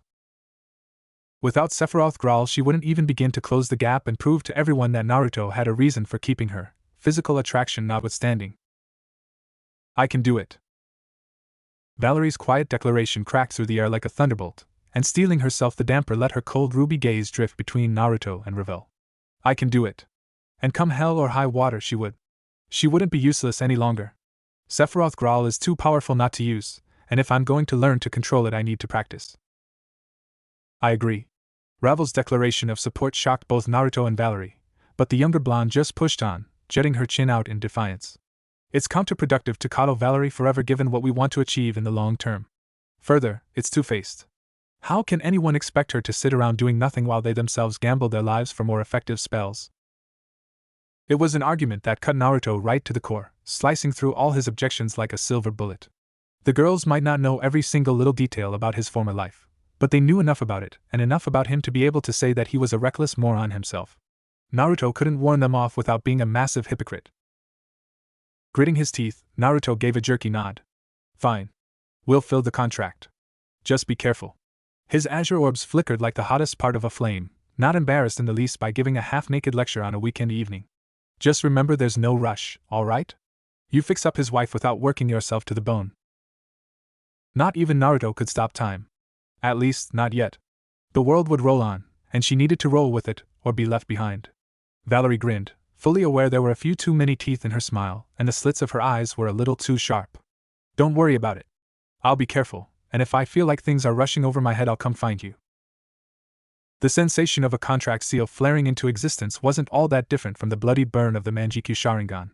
Pressure built in the back of Sasuke's eye sockets, thrumming slow and heavy as it raced across his nerves and finally spread throughout his entire body. It was a feeling of dominance, of supplication, and of aggression. If Sasuke had to describe the taste of it, he'd half-heartedly point to copper and iron. The metallic taste would be disgusting for those children reared in peace and plenty. For Sasuke, born and bred for war, that taste was a summons to the field to fulfill his original purpose of existence. Tearing through the weaves of the mortal plane, Sasuke stepped out into a cramped bedroom. A stained futon was curled into the corner, and a shabby television was perched on the opposite wall with a little beaten table beneath it. He'd been summoned by someone from the lowest of social classes, so poor that Sasuke could see the wrappers of a dozen desperate instant dinners filling the trash bag that had been thrown into the third corner of the apartment. Everything was filthy and destitute, from the rusty half-kitchen to the barely private bathroom. Aoki Yoshino, Sasuke murmured, drawing deeply from the instinctive information the contract seal fed him. What do you want? A gaze as dark and sharp as shards of ebony settled on a mutinous 14-year-old, her lip pursing out rebelliously. Yoshino was the stereotypical image of a cocky child that refused to accept any rules, raging up and down the streets of her hometown until she finally settled into becoming a boring middle-class mother with a few amusing stories. But the image didn't quite match the reality, and the more Sasuke studied Yoshino's averted stare and faintly shaking limbs, the more he realized that his contractor wasn't as bland as he'd assumed. Make your request and make your offer. Sasuke prodded, his voice softer but still unyielding. Otherwise there can be no contract. Yoshino's hand spasmed, the jerky motion riding up to her shoulders in a faint quiver that set her green-streaked ponytail bobbing. Between the dye job and the silver hoop piercing through her left eyebrow, the teen girl didn't seem like someone that should be so nervous before a devil that only looked like a 16-year-old boy. I want you to kill someone for me. She threw it down like a gauntlet, vindictive fire coloring her tone. It was like the girl was just daring Sasuke to judge her, to reject her request as too complicated or too immoral. Well, Sasuke reflected, the venomous red of the Sharingan whirling into existence. This might be a little interesting after all. Bargaining for souls or stealing them was outlawed by the treaty with heaven, but killing humans was technically not. Ignoring Yoshino's gasp of shock, the Uchiha studied her through the relentless clarity of his eyes. Everything was thrown into sharp relief, from the bead of sweat glistening at the human's temple to the frantic nervous pulse fluttering in the hollow of her throat. Go on. I'll do it. Valerie popped in behind Kurigane while the man was cooking his dinner, pulling a startled scream from the mortal and a failing jerk that spilled half-boiled rice all across the kitchen. The boiling water barely missed her, splattered on the floor in a steaming puddle. Picking a few white grains off her frilly green sundress as Sunio gaped at her, Valerie dropped them back in the pot before giving the man a look. I can wait in the entryway if you need some time to clean up. Then without waiting for him to stop sputtering, she turned on her heel and stalked from the kitchen. It was only once she left the room that Valerie heard the man finally start moving, muttering nervously beneath his breath as he hastily swept up his ruined meal. The cleaning gave her a few moments to think, turning over the bargains Rias suggested after Naruto made it clear he didn't want anything in particular from Kurigane. Once she settled on what she felt was the best, Valerie bounced on her toes in boredom for a lengthy minute before the hefty man finally seemed to get things in order, popping out of the kitchen babbling an apology. Wiping at the sweaty gleaming balding dome, Sunio readjusted his glasses and peered at the beautiful damper with nervous brown eyes. Ah, Valerie-sama, I wasn't expecting you to return so quickly. Not that it's a problem. He reassured hastily when he realized that might be taken as an insult. I just assumed, that is to say, well. Relax, Kurigane. Valerie's voice cracked like a whip, an irritated line growing between her eyebrows. Maybe Sasuke would get some sadistic amusement out of the human's obvious fear, but Valerie just found it to be an enormous waste of time. The longer she had to put up with his anxiety, the longer it would take to get back to Naruto. I'm accepting the contract. I'll heal your wife's liver failure and even fix that prostate cancer you haven't figured out that you have for 1,000,000 yen. The pure shock that rippled across Sunryo's plain features actually was kind of amusing, though Valerie couldn't blame him for the reaction. Her services were priceless comparatively, since while 1,000,000 yen sounded like a lot, it wouldn't even buy a car. She easily could have demanded much more from him. Patience. Better to be generous now and get any future contracts that Sunryo and his family would ever make. More money was always good, but the Gremry clan wasn't exactly pinching pennies at the moment. A reputation for fair deals and compassion among the spiritually aware humans mattered more than profit.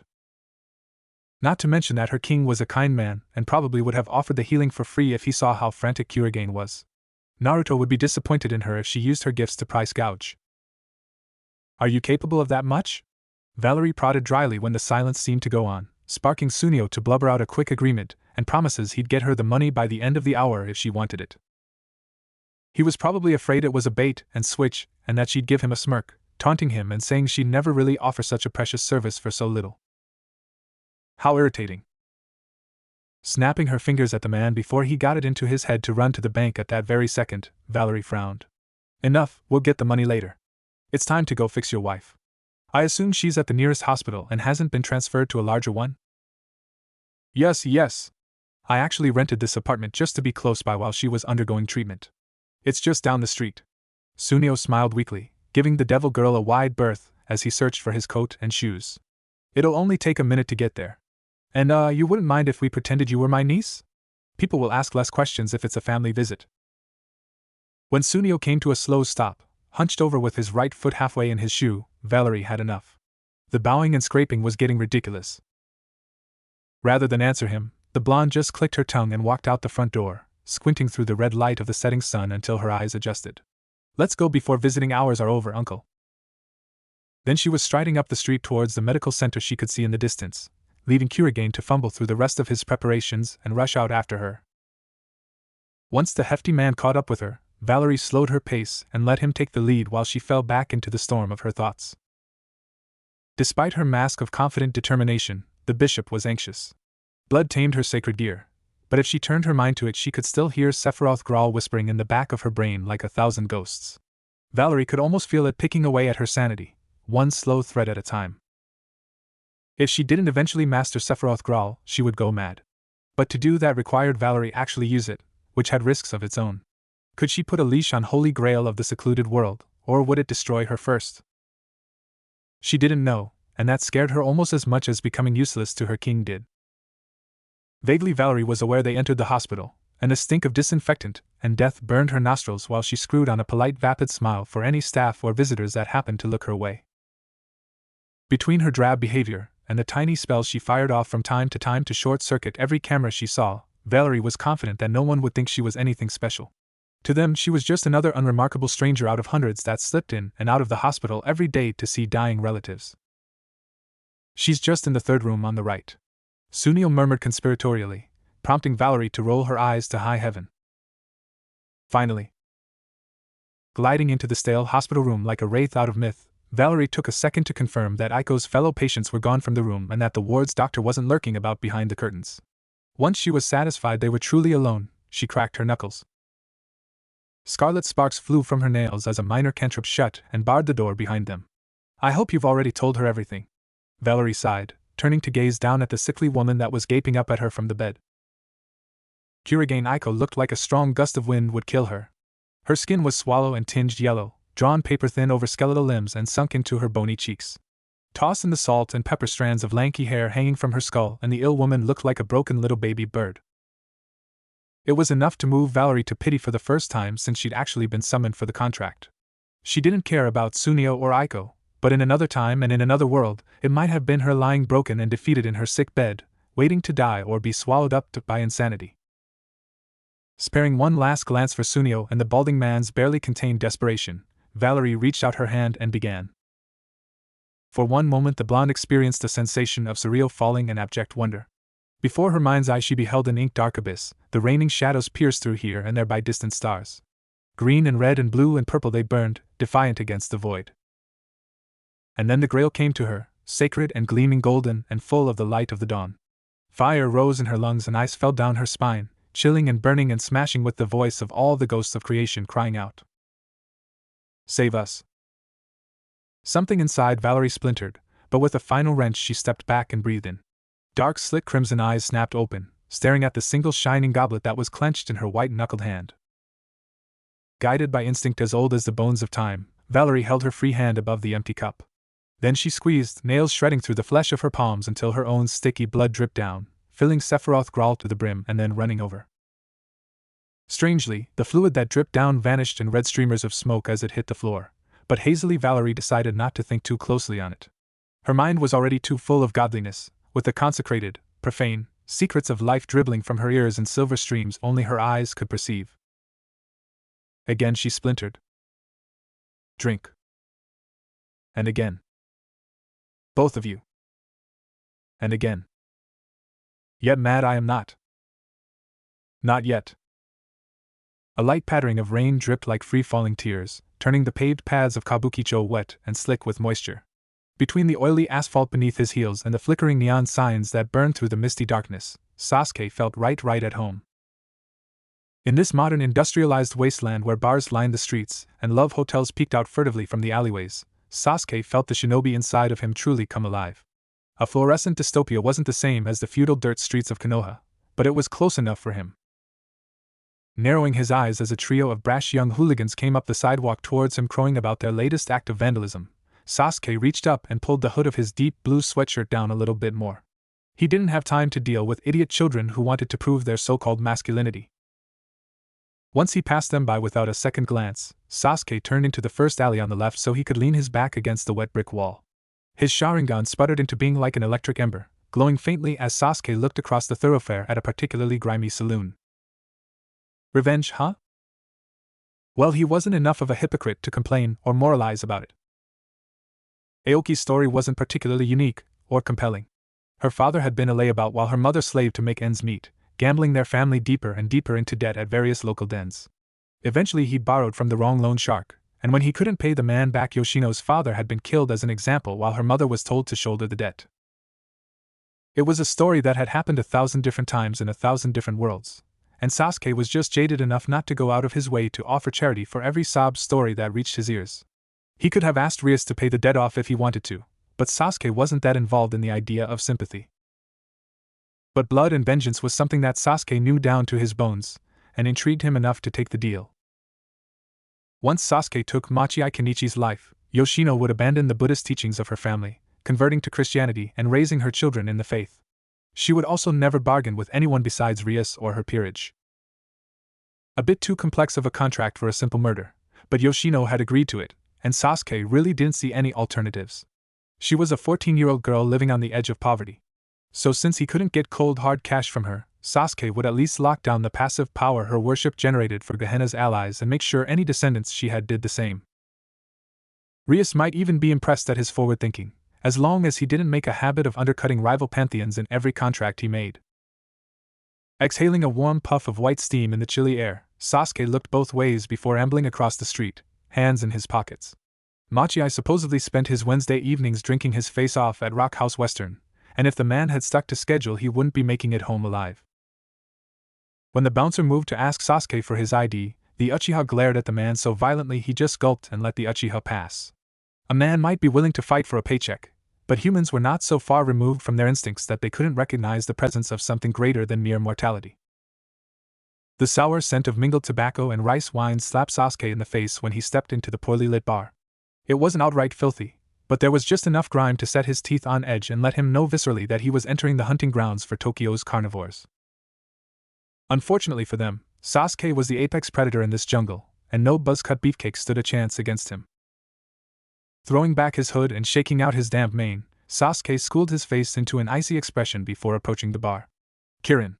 Ichiban if you've got it, but none of that light piss," he told the bartender, not batting an eyelash at the snake tattoo that coiled up the man's bare left arm. Pale green eyes assessed the newcomer for only a moment before the man grunted and pulled a glass out from under the counter, filling it with a heady spray from the dispenser before pushing the lager towards Sasuke. There was no demand Sasuke pay up immediately, or even a threat that he'd better cover his tab before leaving. That wasn't how they did business here. It wasn't necessary, and they both knew it. Not bothering to thank the bartender, Sasuke took his drink and found his way to an empty bar stool at the very end of the counter, sliding onto scratched red leather with a frown. Sitting in plain sight as he was, hunched over his beer and nursing the golden brew, no one would suspect Sasuke was planning any trouble. They wouldn't suspect that he'd chosen his seat so that he could keep an eye on the mirror that reflected the entire bar behind him, planning the assassination of one of their frequent customers. Sasuke let the hours run late into the night, sipping down one lager after another, as he kept quiet and donned the facade of a typical sullen boy on the cusp of manhood. No one approached him or asked any questions besides the bartender, who offered to top his glass up every time it was nearly empty. When the clock struck 11:15, Machiai lurched to his feet with a burp, telling the two buddies he'd been sitting with that he was going to take a piss.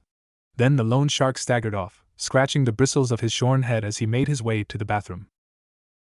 Sasuke let a cautious minute pass before slinking his own way to the bathroom, leaving his beer half-finished on the counter with a nod to the bartender. "Just going for a leak," he muttered, pushing through the pockmarked door and into the cramped facilities. With only a single stall and one urinal it wasn't much, but that was enough to make things work. The pawn's hand was already lit up with a tiny crackle of lightning by the time Machiai's instincts screamed at him that something was wrong. It only took a little tap to the shoulder for the electricity raging in Sasuke's hand to strike at Machiai's heart, sending the blonde man into cardiac arrest and paving the route to a murder without consequence. A knife or a bullet would have raised questions, but a heart attack was just natural enough that it could be ignored by a police force that didn't care about investigating the death of known criminals. Sasuke sneered down cruelly, his lip curling in contempt as the wannabe gangster twitched out his death throes on the filthy tiles, grim and urine-soaking Kenichi's clothes. "At least you didn't shit yourself," he snorted, lifting the loan shark up by the collar and shoving the man into the bathroom stall. Hopefully anyone that peeked in would assume Mach 3 was just caught up with a particularly stubborn bout of constipation. Assuming anyone bothered to look for the man at all before the bar closed. Taking a moment to carefully wash his hands with the cheap soap the bar offered, Sasuke smirked bitterly at his reflection before leaving the bathroom. He had a drink to finish and a tab to pay, and by the time anyone found Kenichi's body Sasuke would be long gone. Akino covered her mouth and yawned, scowling at the electric red numerals that were hovering above kitchen stove. Considering it was midnight she should have gone to bed hours ago, but she had promised Rias that she'd stay up and wait for Sasuke to make his way back home. Nibbling absently at a slice of cheese, the dark-haired young woman wondered how her life had turned into being Rias' matchmaker. Signing up to be her queen was one thing, but pretending to be her lover for Gehenna's rumor mill was another, and Rias' love for Sasuke only made the whole charade even more complex.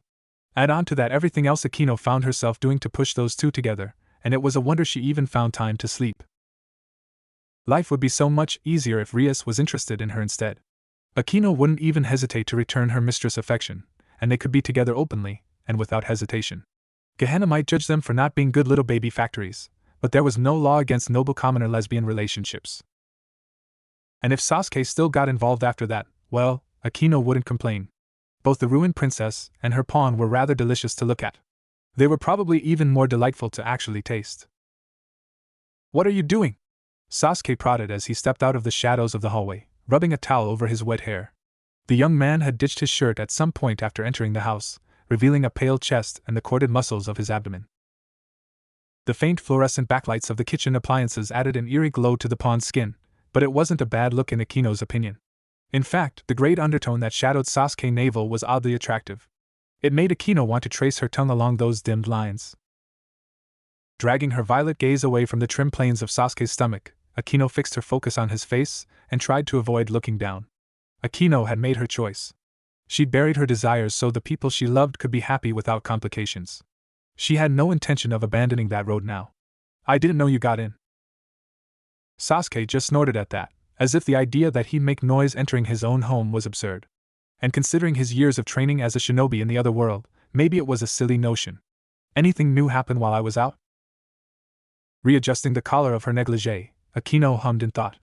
Valerie made it back a few hours ago with her contract payment, which was interesting, but beyond that nothing. She very carefully didn't think of the way Sasuke's eyes flickered to her cleavage when she played with her neckline. Thinking about it meant she had to admit she wanted him to look, and that opened an entirely new can of worms no one wanted to deal with. Interesting. Sasuke drawled slowly, throwing the damp blue towel on the table before stepping forward and settling his elbows on the countertop. With Akino seated on the other side of the island, they were practically nose to nose, their expressions fey and intense. Out with it then. A mocking curl stretched Akino's lips, all deceptive lines and poisonous promises. Maybe it was too mocking and sadistic, but she couldn't help it. She wanted him to swallow her sharp edges while she swallowed his. There's something off about Valerie. I don't really know how you'd describe it. That contract took a lot out of her. I see. Sasuke's acknowledgement was bland and uninterested, the pawn turning away to pour himself a warm cup of water out of the tap. The action fit Sasuke's modus operandi of pretending to not give a damn about anything, but years of familiarity allowed Akino to pick out the clenched knot that lay between his bare shoulders. That actually nettled Akino a little. Valerie had a rough go of it, but there was no need for Sasuke to get all anxious about her. He had better things to focus on than Naruto's bishop. Rias for one. Akino was definitely not the other. Definitely. Combing a few errant strands out of her eyes, Akino quirked a small grin at Sasuke's tense back. That said, I'm not too worried about it. Naruto has a good handle on her, so we should have some warning if she decides to go off the rails. A sardonic chuckle burst from Sasuke's throat as he set his empty glass aside, but he didn't dispute Akino's little theory. Instead, he just turned on his heel and strode across the cramped kitchen to loom over her. True enough. Now you should be in bed at this hour rather than lurking here and stuffing your face with cheese. Is there something wrong with cheese? Akino muttered crabbily, her voice thick with irritation even as she yielded to the pressure of Sasuke's hand on the small of her back. That gesture of expectation had her rising off her stool to toddle off to bed without a second thought. If Sasuke wasn't so much bigger than her, he'd have a much harder time convincing her to do anything. But he was, towering over the Thunder Priestess like she was a little kid, and he was her fucking father. Now go crawl in. Don't worry your pretty little head over whatever nonsense Naruto's peerage gets caught up in. The demand was coded in sugary mockery, but Akino still heard the determined steel under it. Sasuke was being cautious, for some reason or another, and wanted her to stay out of the way while he and Naruto did their protective monkey man huddles. It was kind of sweet in its own way, but annoying too. Despite what Sasuke thought, Akino was more than strong enough to ride out whatever chaos Naruto's love triangle caused. In fact, maybe Akino would pay extra close attention to Valerie from now just to spite him. The weeks rolled on into the sweltering heat of summer, and by the time the end of June came around, Naruto wanted to just lay down on the road and die somewhere. Satan saga nuts, I can't handle it anymore. That's what she said? Rolling over on his belly, Naruto cracked open one glittering azure eye and glared at Revel for all he was worth. Which wasn't very much considering half his face was smushed against the hardwood floor of his fiancée's bedroom. Turn on the fucking AC for fuck's sake. Revel just turned the next page in her book, her stocking-clad legs curled up under her. A tantalizing strip of milky skin showed between the top of her striped stockings and the hem of her chaste white sundress. No more. No more. Naruto whined, running a hand through his sweaty red locks and flopping onto his back with a gasp.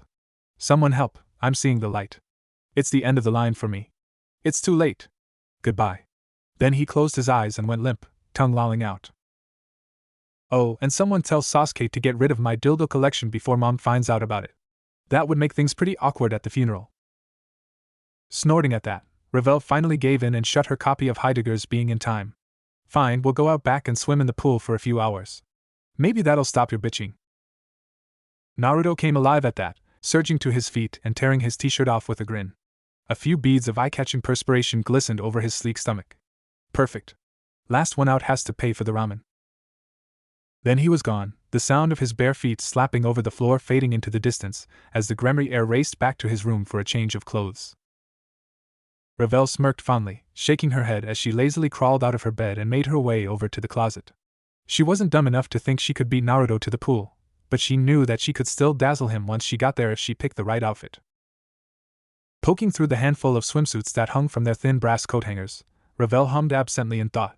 She instantly dismissed the Co-Academy one-piece as too conservative, and what looked to be nothing more than a couple of red strings as too risque. Her dumbass brother had probably thought sneaking that into her wardrobe was a good idea. What would convey both sensuality and innocence? Revel still struggled sometimes with picking the perfect fashion, but oddly enough said idiot brother's lessons always came through for her. Honestly, Riser might be a bit of an idiot savant. She tried very hard not to think about the borderline sexual incestuous absurdity that came with asking Riser for fashion and romance advice. Gehenna's taboos were few, but that was one of them. Genetic bottlenecks were a very big no-no for devils. Eventually the blonde put her brother out of her mind and settled on an orange bikini with bright blue ruffles. For some reason Naruto was obsessed with the color, and it wouldn't look too bad with her complexion, so it was probably suitable. Ravel changed her clothes in a trice, keeping one wary eye on the unlocked door as she shimmied into her bikini bottoms. Her sundress she left in a crumpled ball in the corner, figuring she could clean it up later as she rushed out into the hallway. Making her way across the mansion the Gremory clan had bought and renovated once they'd decided to start spreading their influence into Ko, Ravel repressed a grin. Sure, she'd been enjoying her book, but a private pool party with her fiancé would be better. Much better. Maybe she'd even sneak a few kisses. Ravel might even get to escalate her seduction of the redhead. Naruto had stopped treating her like a child, but he was still so irritatingly worried about doing everything perfectly. Ravel didn't need to be coddled into intimacy, and one day she'd make him see that. Ravel's bare feet pattered against the floor as she rushed past the slightly baffled-looking Yudo, ignoring the young man's half-hearted greeting. It was a little rude, but she wasn't about to stay and chat when she had Naruto waiting for her. Valerie, by contrast, was not so easily ignored, especially since Ravel raced around the corner and ran right into her, sending them both stumbling. Sorry, Ravel mumbled reflexively, sweeping her bangs out of her eyes before she stepped to the side. The other bishop didn't reply, just watching as Ravel made her way down the rest of the corridor. If not for the heavy weight of Valerie's eyes on her back, Ravel could have believed the other girl had just silently slinked off. It took a clenched jaw for the blonde to fight back the instinctive shiver that wanted to rage up her spine. Ravel had never liked Valerie, but she never had any reason to worry about her before. Compared to the mutual resentment and distant civility of before, the concern Ravel was starting to feel was very new indeed. Even Aquino had seemed to notice something was strange before apparently getting distracted by something new and shiny. Maybe it was the miserable contracts that rolled in from time to time asking for the damper's miracle healing, or maybe it was the effort Valerie was putting in to master her sacred gear. Ravel couldn't be sure. But there was something dark and brittle now in that slit crimson gaze that she didn't like. Ravel didn't want to see those shadows grow any deeper. For all of their sakes. Scowling at the heat, Rainier fanned her face with an idle hand, furtively casting a tiny ice spell that brought blessed coolness to her tiny self-made breeze. If Rainier had a choice, she'd be on a white sand beach somewhere sunbathing in the nude, perhaps in the company of a few interesting individuals. But instead she got a go from mission to watch a mouth-breathing pervert and had to stand around in the urban summer watching said pervert struggle his way through a high school soccer game. What a wretched sideshow her life had become. If her mission extended into perpetuity, Rainier imagined she'd have killed herself out of boredom by the end of the year. At least she got to see that Gremory idiot run around with that delightfully miserable expression on his face. A little bit of itching powder in the little prick's jockstrap had worked wonders. Giving one last sigh of ennui, Rainier folded her hands in her lap and lounged back against the bleachers, lazily watching Haidu as he puffed and gasped his way across the field. She'd never been enough of a fan of sports to learn all the rules, but going by the clock the match would finally be over in 3 minutes. Then she could make her move. Rainier drummed her fingers on her knee, chewing the inside of her cheek for a few seconds before stopping dead. Fuck. She was actually nervous. The fallen angel wasn't afraid by any means, but she had only one chance to tie everything up neatly, and she didn't want to fuck it all up. Failure would be survivable, but that didn't mean it would be enjoyable. Though with how stupid and unaware Haida seemed to be, she didn't think it was failing was all that likely. In fact, it almost made her want to laugh.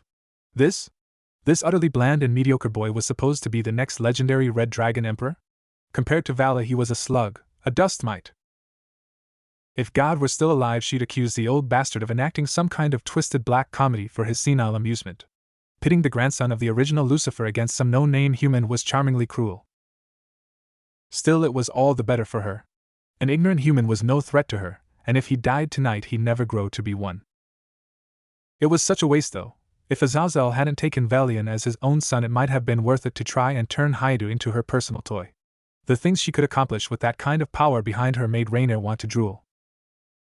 Alas, there was no way any lasting truce could exist between Drake and Albion, and Rainier had no intention of cuddling an imbecilic serpent to her only to have him murder Vala in a few decades. Maybe Azazel would forgive her for it, but that didn't mean that her general wouldn't grieve at the loss. No, it was much better to just kill the boy now before he became a threat. Otherwise he'd keep drifting into the Gremory clan's sphere of influence, and eventually put the power of boosted gear at their service. Just the thought of the devils getting their hands on the Longinus put a cold tingle of fear in her spine. That could never be allowed to happen. The Grigori were already the weakest faction within the biblical pantheon. Losing even more ground could lead to subjugation or extinction at the hands of the devils or angels. Rainier swallowed dryly as the referee gave a screeching whistle to signal end of the game, and a victory for the home team. Show time. No pressure. Hopping to her feet with the crowd of fellow students, proud parents, and bored siblings, Rainier allowed herself to be swept forward by the crush of bodies. A smile slid onto her face with the practiced ease of centuries of experience, and the fallen angel waited until the herd thinned out before approaching. Issei lurked by the water cooler, wiping the sweat from his tired face with a fluffy white hand towel. It was kind of pathetic that none of his friends or family had come to see his first game, but Rainier put that callously amused thought out of her mind. She had a role to play. Haida-kun? Rainier chirped, her expression all innocence, and her voice sweeter than syrup. A minor illusion sprayed a faint blush across her cheekbones. That was a good game. Issei flushed as red as a tomato, stuttering thickly with shy confusion. Thanks? Brown eyes flickered from the young girl to the rest of the slowly dispersing crowd and back again. You're Amano-san, right? Nodding with a tiny smile, Rainier tucked a strand of her glossy midnight dark hair behind her ear. Then she peeked up through her eyelashes at the lanky brunette. Amano Yuma, we're in the same class. She clarified in a slow, halting tone. Men like Haida like shy, vulnerable girls, and she played that role to the hilt. I was wondering. Issei fidgeted, the light in his gaze shocked and almost manic. He practically exuded the air of a nervous young virgin that had never spoken to a pretty girl in his life before. Hooking him was like shooting fish in a barrel.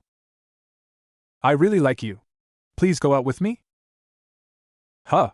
Issei just short-circuited, his mouth falling open into a slight gape as he stared at Rainier like he just had a stroke. It was rather unflattering, if she had to say so herself. Her patience paid off though, when the blush on his face intensified and spread down his neck as he vigorously agreed. The illusory flush on Rainier's face deepened, the fallen angel nodding faintly as she took a few steps away before turning back. I see you sometimes when I'm walking to school in the mornings, so we can walk home maybe? The words came out in a demure stumble, whisper soft with the uncertain bashfulness of a girl with her first crush.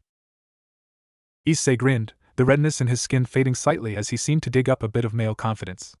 Or maybe his balls finally dropped in that moment. Either way, he consented easily to her little request and followed at Rainier's heels like an eager puppy as she led the way from Ko Academy's soccer field. What do you like to do, Amano-san? Issei forced out, holding his gym back against his side as the pair crossed out onto the streets, the dark asphalt lit up with the golden-pink light of the setting sun. Besides soccer, I guess. Rainier repressed the urge to roll her eyes, instead dropping back to link their arms together. Predictably, Issei practically steamed at the ears, leading her to wonder if she'd ever been so easily flustered. Well, to be honest, Hayato and I really like playing online games. It was even true, Rayonra chuckled inwardly. Like most fallen angels, she had a taste for the continually evolving technology humans produced, and throwing away a few hours on some MMO to grind up her levels was surprisingly fun. I'm a bit of a nerd, really.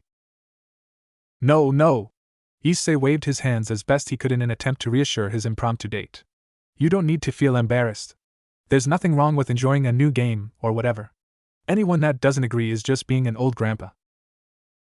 Rainier patted Issei's elbow, shifting slightly in a way that pressed the swell of her against his left bicep. I knew you'd understand, Issei-kun. She breathed, upgrading the level of besotted familiarity she was portraying. Between her physical beauty and the person she was pretending to be, Issei didn't stand a chance. The rest of their little stroll passed in a similar fashion, Rainier deflecting or making up pointless small talk with the ignorant human while she kept a keen eye on their surroundings. She couldn't detect any supernatural beings watching them, and even if she was really alone, there were still certain unspoken rules to go by. She could hardly whip out a spear of light and stab him with it in the middle of the street. Red sunlight slanted away as the night went on, with Issei easily distracted by the enthralling presence of a beautiful young girl finally expressing interest in him for once in his life. No doubt he had parents waiting for him at home, but between Rainier's natural beauty and the suggestive illusions she conjured, the boy completely forgot about anyone that wasn't Amano Yuma. When the clock struck 8 with an echoing chime that rang through the air, Issei finally shook off his daze and checked his watch, only for his eyes to bug out with the realization he'd frittered away 2 hours walking and chatting with the dark-haired girl. I'm sorry, Amano-san. Issei moaned, checking his cell phone to see 5 missed calls. I really have to run. Pouting at Issei with a wobble to her lower lip, Rainier brushed away the glimmering tears that crowned her eyelashes. I'm sorry, Issei-kun, she mumbled, her fingers working at the folds of her skirt with visible nervousness. I didn't mean to take up your time. Just before you go, could I get a hand with something? Just for a second. Sure. Issei agreed with a hesitant smirk, slinging his thumbs in his belt loop. I'm already late getting home, so a couple more minutes won't make a difference. Then without any hesitance he followed Rainier into a dim side alley. Did you have something you needed to pick up? Considering the back entrances to half a dozen businesses that lined the side street, it was a fair question to ask. Unfortunately for Hayadu, Rainier had something very different in mind. Not quite. I just needed you to do one thing for me. She sighed, her face shadowed by the overhang of her bangs. With her back to the human, he didn't even notice when she slipped a hand into her generous cleavage and grasped cold steel with long fingers. Okay? A sadistic smile curved Rainier's mouth, all sharp edges and rigid heartlessness. I need you to die for me. In that second she shed all the gentle caress in her words, leaving only hungry iron as she whipped out a black pistol and pressed the barrel against Issei's bone. Or is that too much to ask, Issei-kun? It is. A new voice cut in, deep and cold with the promise of a true grave and the end to centuries.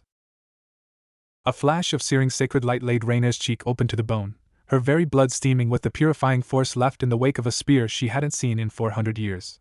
And for the first time in ages, Rainier knew real fear. There was something to be said about mortality. Coming in sudden contact with it brought Issei a mixture of clarity and hysteria.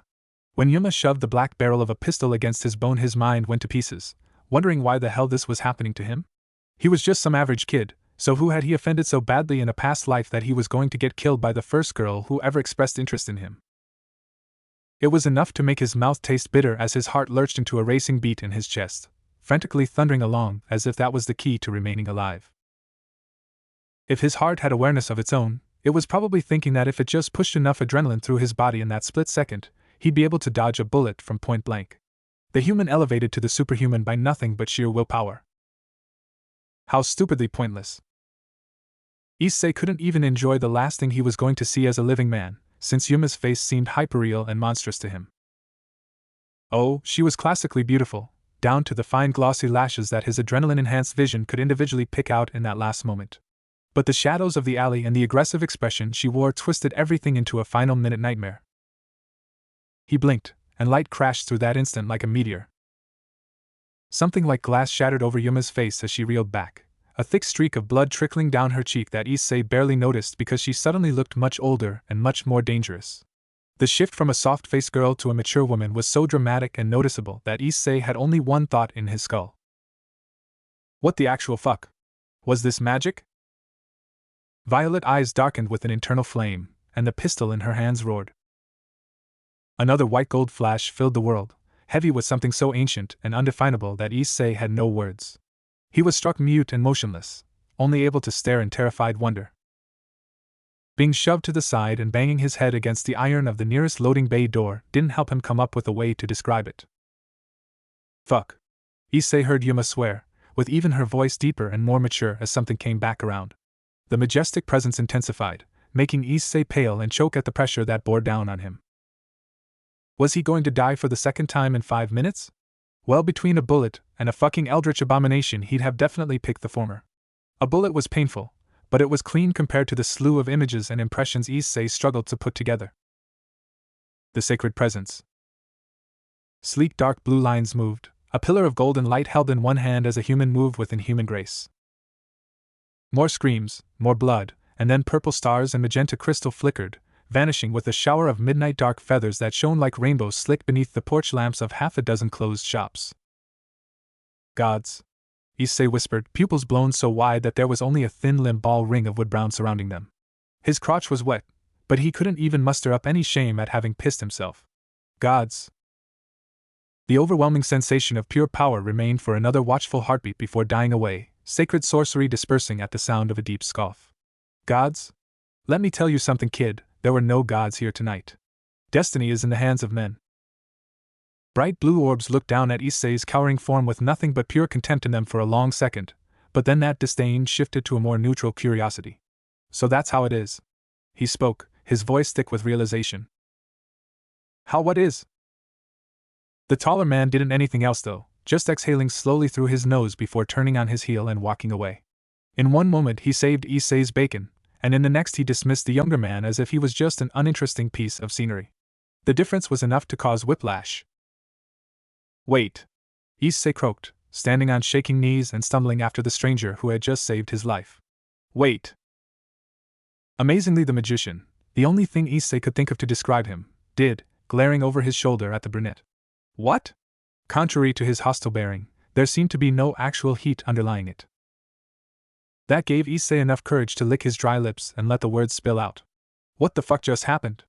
Just the memory of the last 10 minutes was enough to make his palms break out in cold sweat. "Who are you? Was that magic? Was Amano-san a Tengu or something? Why was she trying to kill me?" Issei couldn't help it when his voice rose from a timid whisper to a high-pitched squeal of absolute fear. He was just a normal kid, for heaven's sake. An hour ago the only thing he was thinking about was how much he hated playing soccer while hoping he might find a girlfriend, and now he'd nearly been slaughtered by some girl out of a fairy tale before getting his ass saved by some sorcerer guy. Sighing lowly, the young man settled a hand on one navy blue-clad hip and considered. Despite Issei's panicked outburst, he actually seemed more patient than he was before, perhaps deciding that Issei really was ignorant rather than just some dumb coward. It was magic of a kind. That woman wasn't a Tengu. She was a fallen angel, the kind you hear about from the Westerners. And she was trying to kill you because the God of the Christians hid a powerful magical item in your soul. "In my soul?" Issei groped vaguely at his chest, like he could just pull whatever it was out like a pocket hanky. The idea was even more ridiculous than the rest of the fantastical information he'd just gotten. At least he'd half expected to have it confirmed that magic was fucking real. The idea that he was some kind of destined chosen was just he couldn't believe it. While Issei tried to deal with the fact that his entire world had just been twisted upside down, his savior turned and strode away, his boots sure and strong as they prowled over the pavement. "Wait. You didn't tell me who you are." A nonchalant wave without even bothering to look back was the response he got. "Why the fuck am I doing this shit? I'm not the captain." "Because Naruto Gremory is a good team player and a real go-getter," Sasuke drawled from his spot leaning against the gym storage room door. The Uchiha half-heartedly thumbed through a round of Tetris on his cell phone while Naruto fucking slaved. "Look at that boy go, he's the MVP and he still pitches in after the game. Go shove your thumb up your ass, you poncy prick. If you want to make requests of the crowd, you should be doing something when you're playing then. I scored every point. You could have scored more. Son of a bitch." No, Naruto wasn't bitter at all about Sasuke's refusal to help. Why would he be? He was just that much of a generous soul. Really. In the end, Naruto decided he didn't give that much of a damn, settling for just leaving the nets rolled up in the corner while he left the soccer ball perched between them. At least he didn't have to actually take the frames in two. "Let's get out of here." Sasuke exhaled in relief, dropping his phone in his pocket and leading the way out of the dark and dusty storage room. Without thinking too deeply about it, Naruto followed. The faint sound of crickets chirping marked the warm summer evening, and Naruto found himself instinctively relaxing at the nostalgic chorus. It reminded him of his time on Team 7 in Konoha, back when he really had been a child and innocent, drilling a bittersweet little pain in his heart. "Have you noticed anything else unusual?" It was a concession to the real concern in Naruto's voice that made Sasuke answer truthfully rather than give a sarcastic grunt in reply. Akino watched her for a few days before getting bored with the whole thing, but nothing dramatic happened to interest her beyond that. And I haven't seen any more than you have. Naruto wasn't sure if he should consider that good news or bad news. On the one hand, Valerie hadn't done anything that would suggest she was going off the rails or about to have a psychological breakdown. On the other hand, Naruto wasn't blind. His bishop had been growing increasingly tired and silent as the weeks went on. Without some obvious proof to wave in her face that something was wrong, Naruto's attempts to talk to her only had her telling him over and over that nothing was wrong. "It's obviously the Longinus. Just order her to stop using it." "I thought about it," Naruto muttered, a deep frown pulling at his lips. "But I didn't think that would be fair." While he was getting more worried about Valerie as the weeks went on, he wasn't enough of a hypocrite to tell her to stop taking contracts and stop training. He'd never let anyone prevent him from trying to get stronger, and the thought of putting that pressure on her didn't seem right to him. As much as it irritated him, all Naruto could do was stand back and wait. When she fell, he'd catch her, but before then he couldn't just put a leash on her just to soothe his own conscience. Maybe he'd abandon Jiraiya-sensei's teachings, but he hadn't abandoned basic decency and a sense of fair play. He'd give her the chance to figure things out for herself. Giving an explosive huff, Naruto shook his head. That was enough for the moping today, he figured. He couldn't do anything about it right now, so there was no point in complaining about it. So why are you actually here? I know you didn't come to watch the game. Rias left a few things in the clubroom and I needed some air. Naruto smirked snidely, readjusting his gym bag as he jogged ahead of Sasuke so he could walk backwards and get a front row seat to the entire show. Oh? Sounds to me like she's got your balls in her purse, making you run errands while she gets to chill at home. The Sharingan flickered very briefly in Sasuke's gaze, just long enough to signify promised violence before fading back to cold black. Devil eyes weren't exactly kosher among mortals unaware of the supernatural.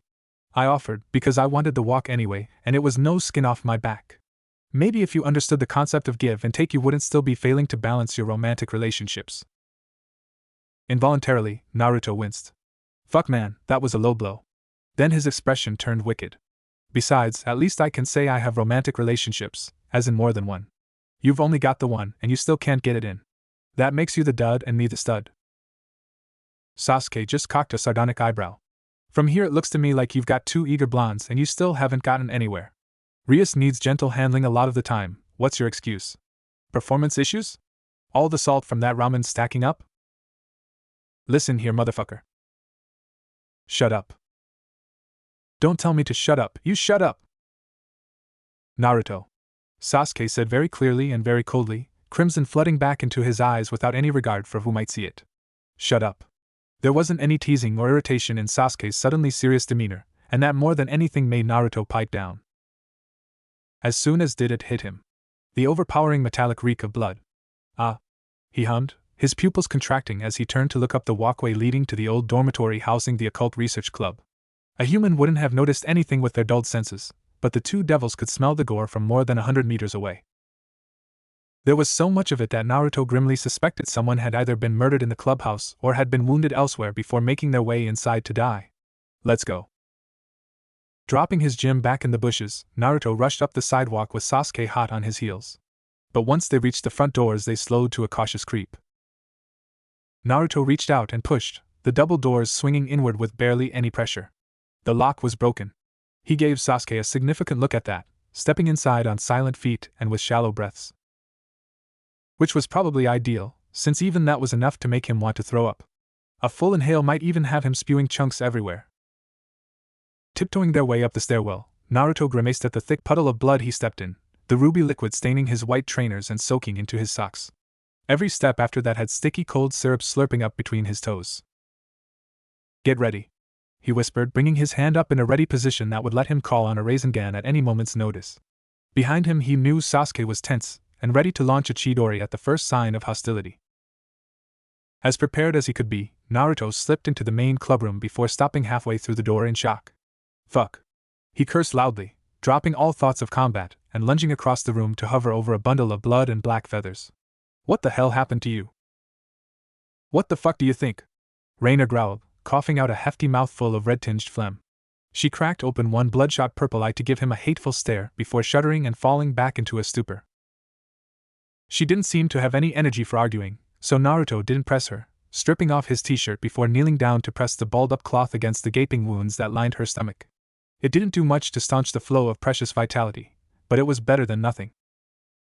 Finding a dying fallen angel on the floor of the clubhouse was pretty high on the list of things he wouldn't have expected to see today, but if she'd been attacked he supposed she didn't have anywhere else to go. Gehenna and Miklin were allies, and she could hardly limp her way home if someone was hunting her. Idiot. Sasuke murmured, reappearing with a thick glass bottle in his hand that Naruto recognized on sight as being from Ravel's Phoenix Tear stash. His bishop's paranoia and insistence on hiding at least one bottle in almost every room had been annoying as fuck, but he definitely saw the benefits now. Hold her head up. Ignoring the crimson sludge practically coating his palms, Naruto slid one hand under Raina's back and propped up the unconscious woman so she was mostly upright. Do it. Sasuke sneered but didn't argue, unscrewing the cap before dumping the precious regenerative elixir all over Raina's abdomen. Steam rose as wounds closed, and her breathing seemed easier, but she was still deathly pale. The tears could heal injuries but not regenerate organs, which means she might still die if she'd be gouged too deeply. Wrap her in some blankets. Sasuke ordered, jumping back to his feet before rummaging back around in Ria's desk. We're going to have to teleport her right to the house and get Valerie to heal her. We don't want to deal with the Grigori asking about why their agent died in our office. Glaring at the Uchiha, Naruto laid her gently back down before doing as he said. He wasn't doing it for Sasuke, but that school uniform had seen better days and whoever had fucked up Rainier had done a number on her clothes too. Let's just get out of here.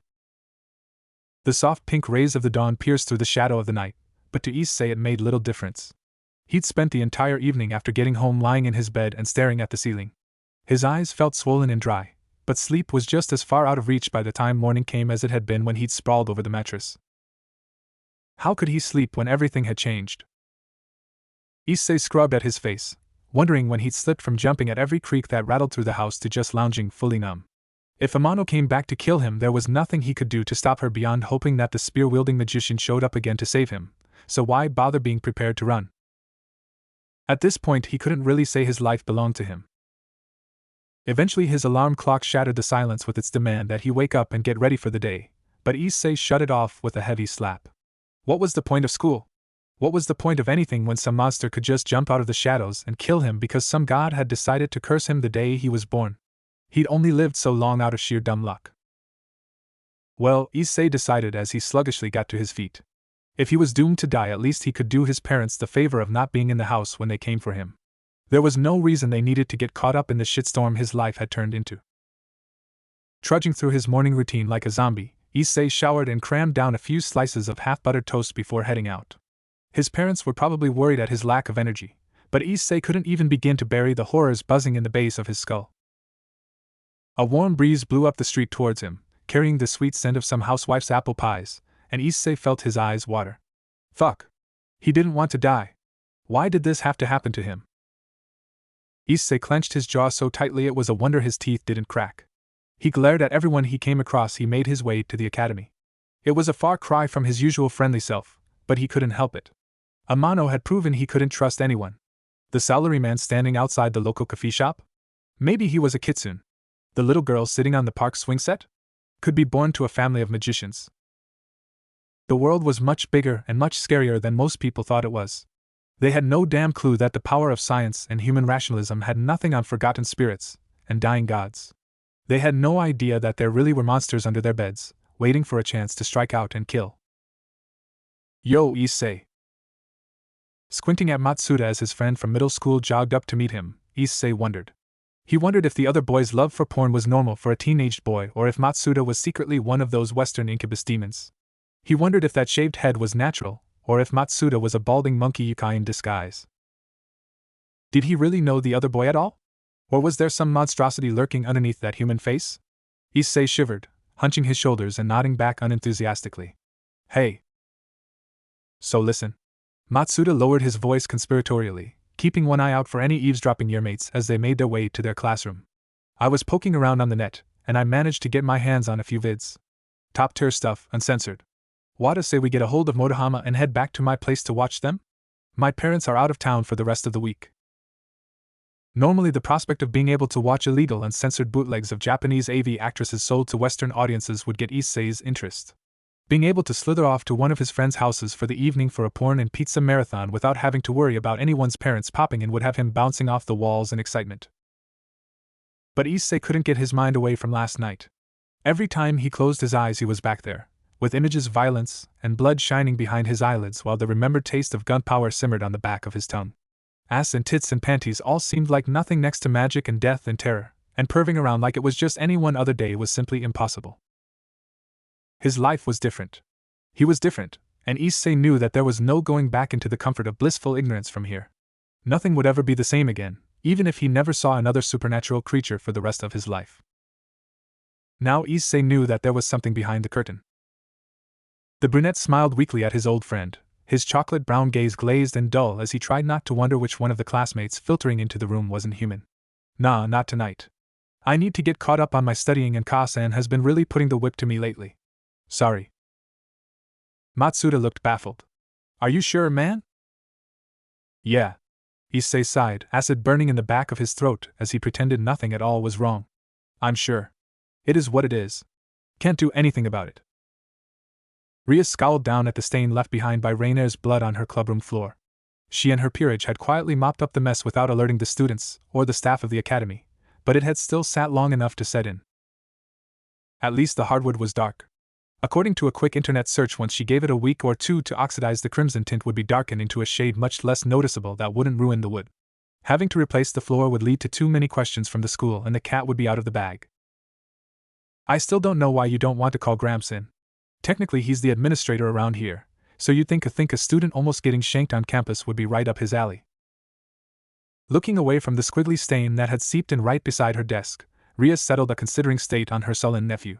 She was pretty sure she'd already told him why they couldn't call in the clan that morning, but considering how drawn out and exhausted he seemed, she could probably cut him some slack. They might not always get along, but that didn't mean she had to be a shrew about it. Because while Rainer came here for sanctuary, as she should, considering the Grigori are allies of Gehenna, we don't have enough information to make that call. We don't know who attacked her, or if she attacked someone else. We don't know if the Grigori have any more assets in Ko, or if she is the only one. We don't even know if she'll live or die. Until she wakes up, we won't have any answers. And until we get those answers, it's better to handle this informally. Right. Naruto muttered, dropping the mop back in the bucket before knuckling at one bloodshot eye. Plausible deniability. As long as the clan doesn't know, anything we do can be passed off as ignorant kids being kids. But if they do, then they're accountable if Rainer fucked with the wrong faction. Because of giving support, and whatever. Rias hummed a low agreement in the back of her throat, hefting the bucket up so she could dump the dirty water out in the private clubhouse bathroom. It left a pinkish ring in the bottom of the tub that she had to spend a few minutes spraying at with the detachable shower head.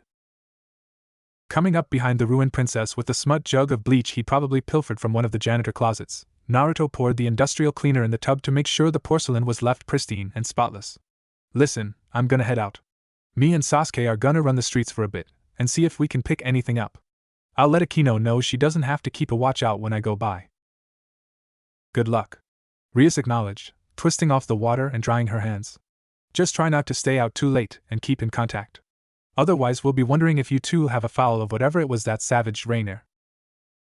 Yeah? Sure thing, Mom. See you later. Then her nephew was gone, leaving Rias alone with her thoughts and her worries.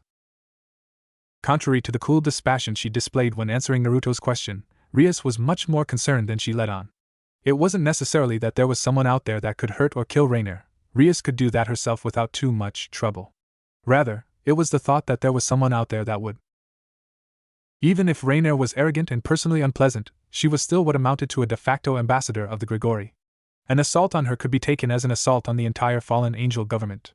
Someone that was willing to do that had to be ignorant, insane, or absurdly powerful.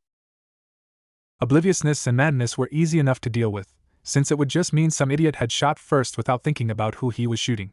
Someone like that was easy enough to put down, if a bit of an inconvenience to sniff out. Someone who was so powerful they didn't have to be afraid of tangling with the Grigori, though that was someone that could kill Rias and her makeshift family without breaking a sweat.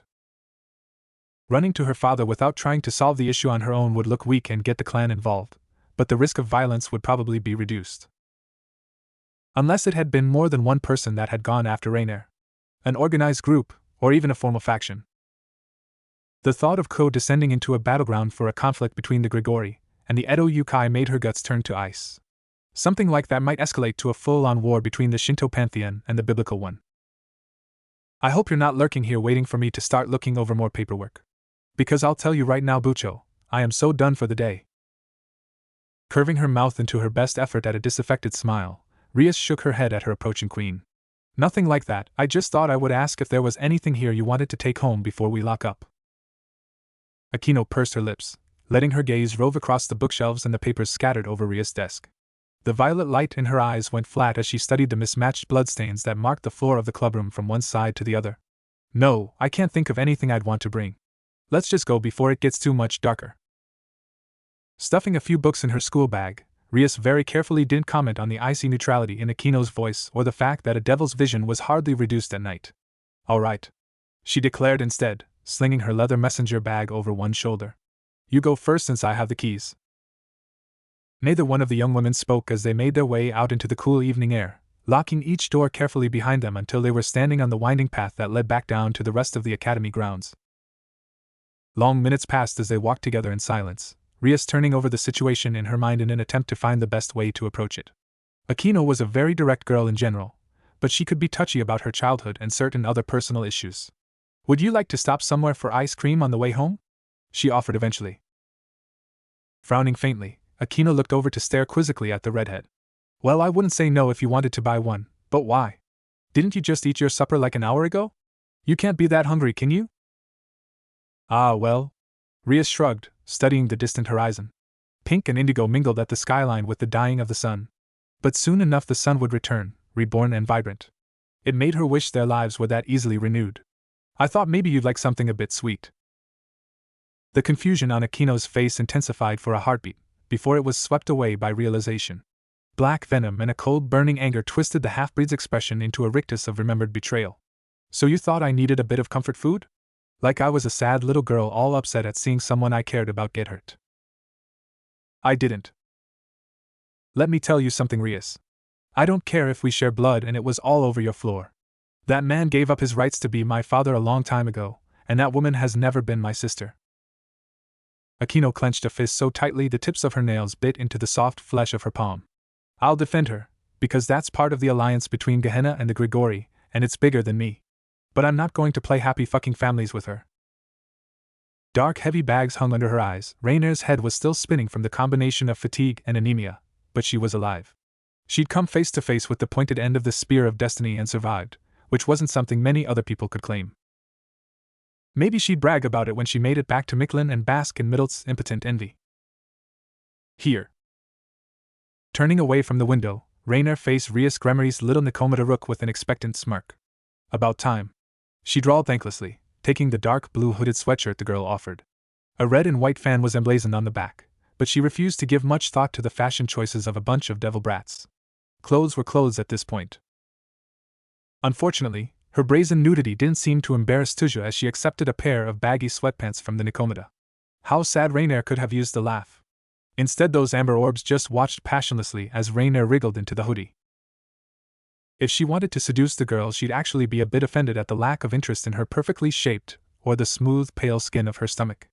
I suppose they want me comfortable before the interrogation?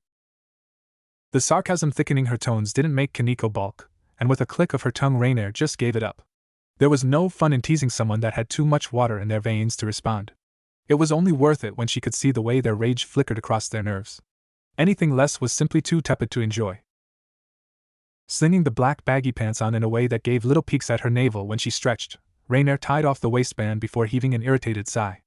Out of the way then. And without waiting for Kaneko to move, Rainer pushed on past.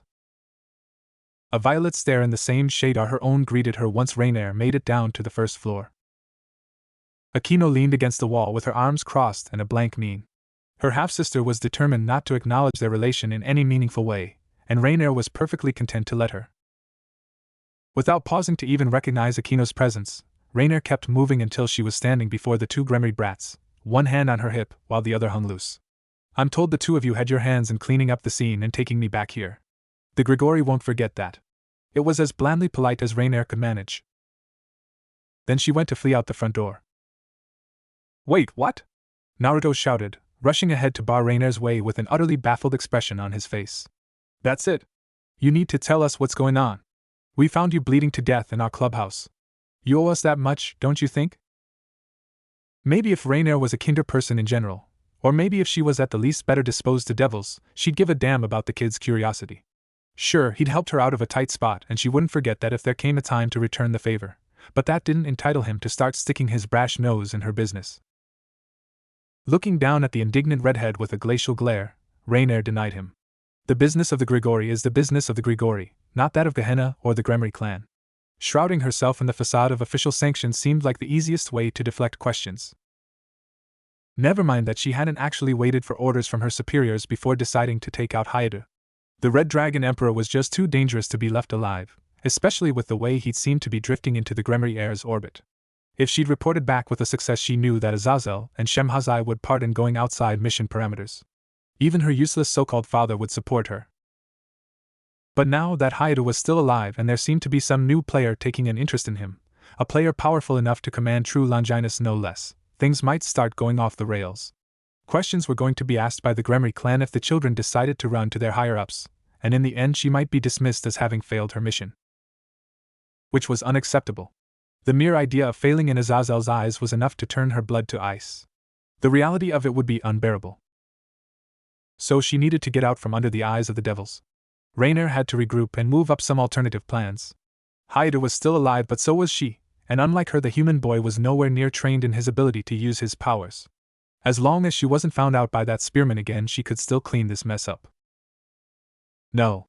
Rainier eventually murmured, keeping her voice low and non-confrontational.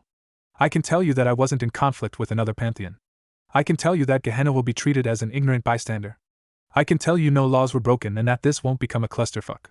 Or at least she hoped, since that spear-throwing bastard had never claimed to be anyone's emissary. Drawing that tattered remains of her dignity up around her like a cloak, Rainier straightened her spine and lifted her chin. But I can't spill the beans for you. What my superiors have asked me to do isn't something I can tell outsiders about. This conflict might prove that I'm a weakling, but I won't let it prove that I'm a traitor. The formal speech and humble words galled Rainier like swallowing a chicken bone. She wanted to cough and spit and scoff at the naive kids that were trying to play hero without even knowing all the facts. In fact, if she were honest, Rainier would probably come across as a villain to the innocent little kids that the Gremry clan had sent to Kuo. But pretending to be a sober patriot made the Gremry brats back off and let her pass through, so with a final austere nod to Naruto she escaped out into the dark streets. So that's it then, Yuto declared crabbily, folding his arms and staring at the front door with a slightly peeved expression. While he'd gotten used to it in Gehenna, Yuto still didn't enjoy being ignored. Rainier's eyes had passed over him without recognition, the fallen angel dismissing him as practically equal to another piece of furniture. Even when she was only alive because of their generosity, she was still arrogant. Thinning his lips in irritation, Naruto turned away from the door and shoved his hands in his pockets. I guess so. The Gremrier wasn't any happier at being brushed off, but they all knew that there wasn't much else they could do. Rias tapped her chin in thought, shifting her gaze from the sullen blonde to the sulking redhead. I wonder if at this point we should speak to Father or Surzex about this. Informally, of course, but there might be some underlying currents we need to be aware of.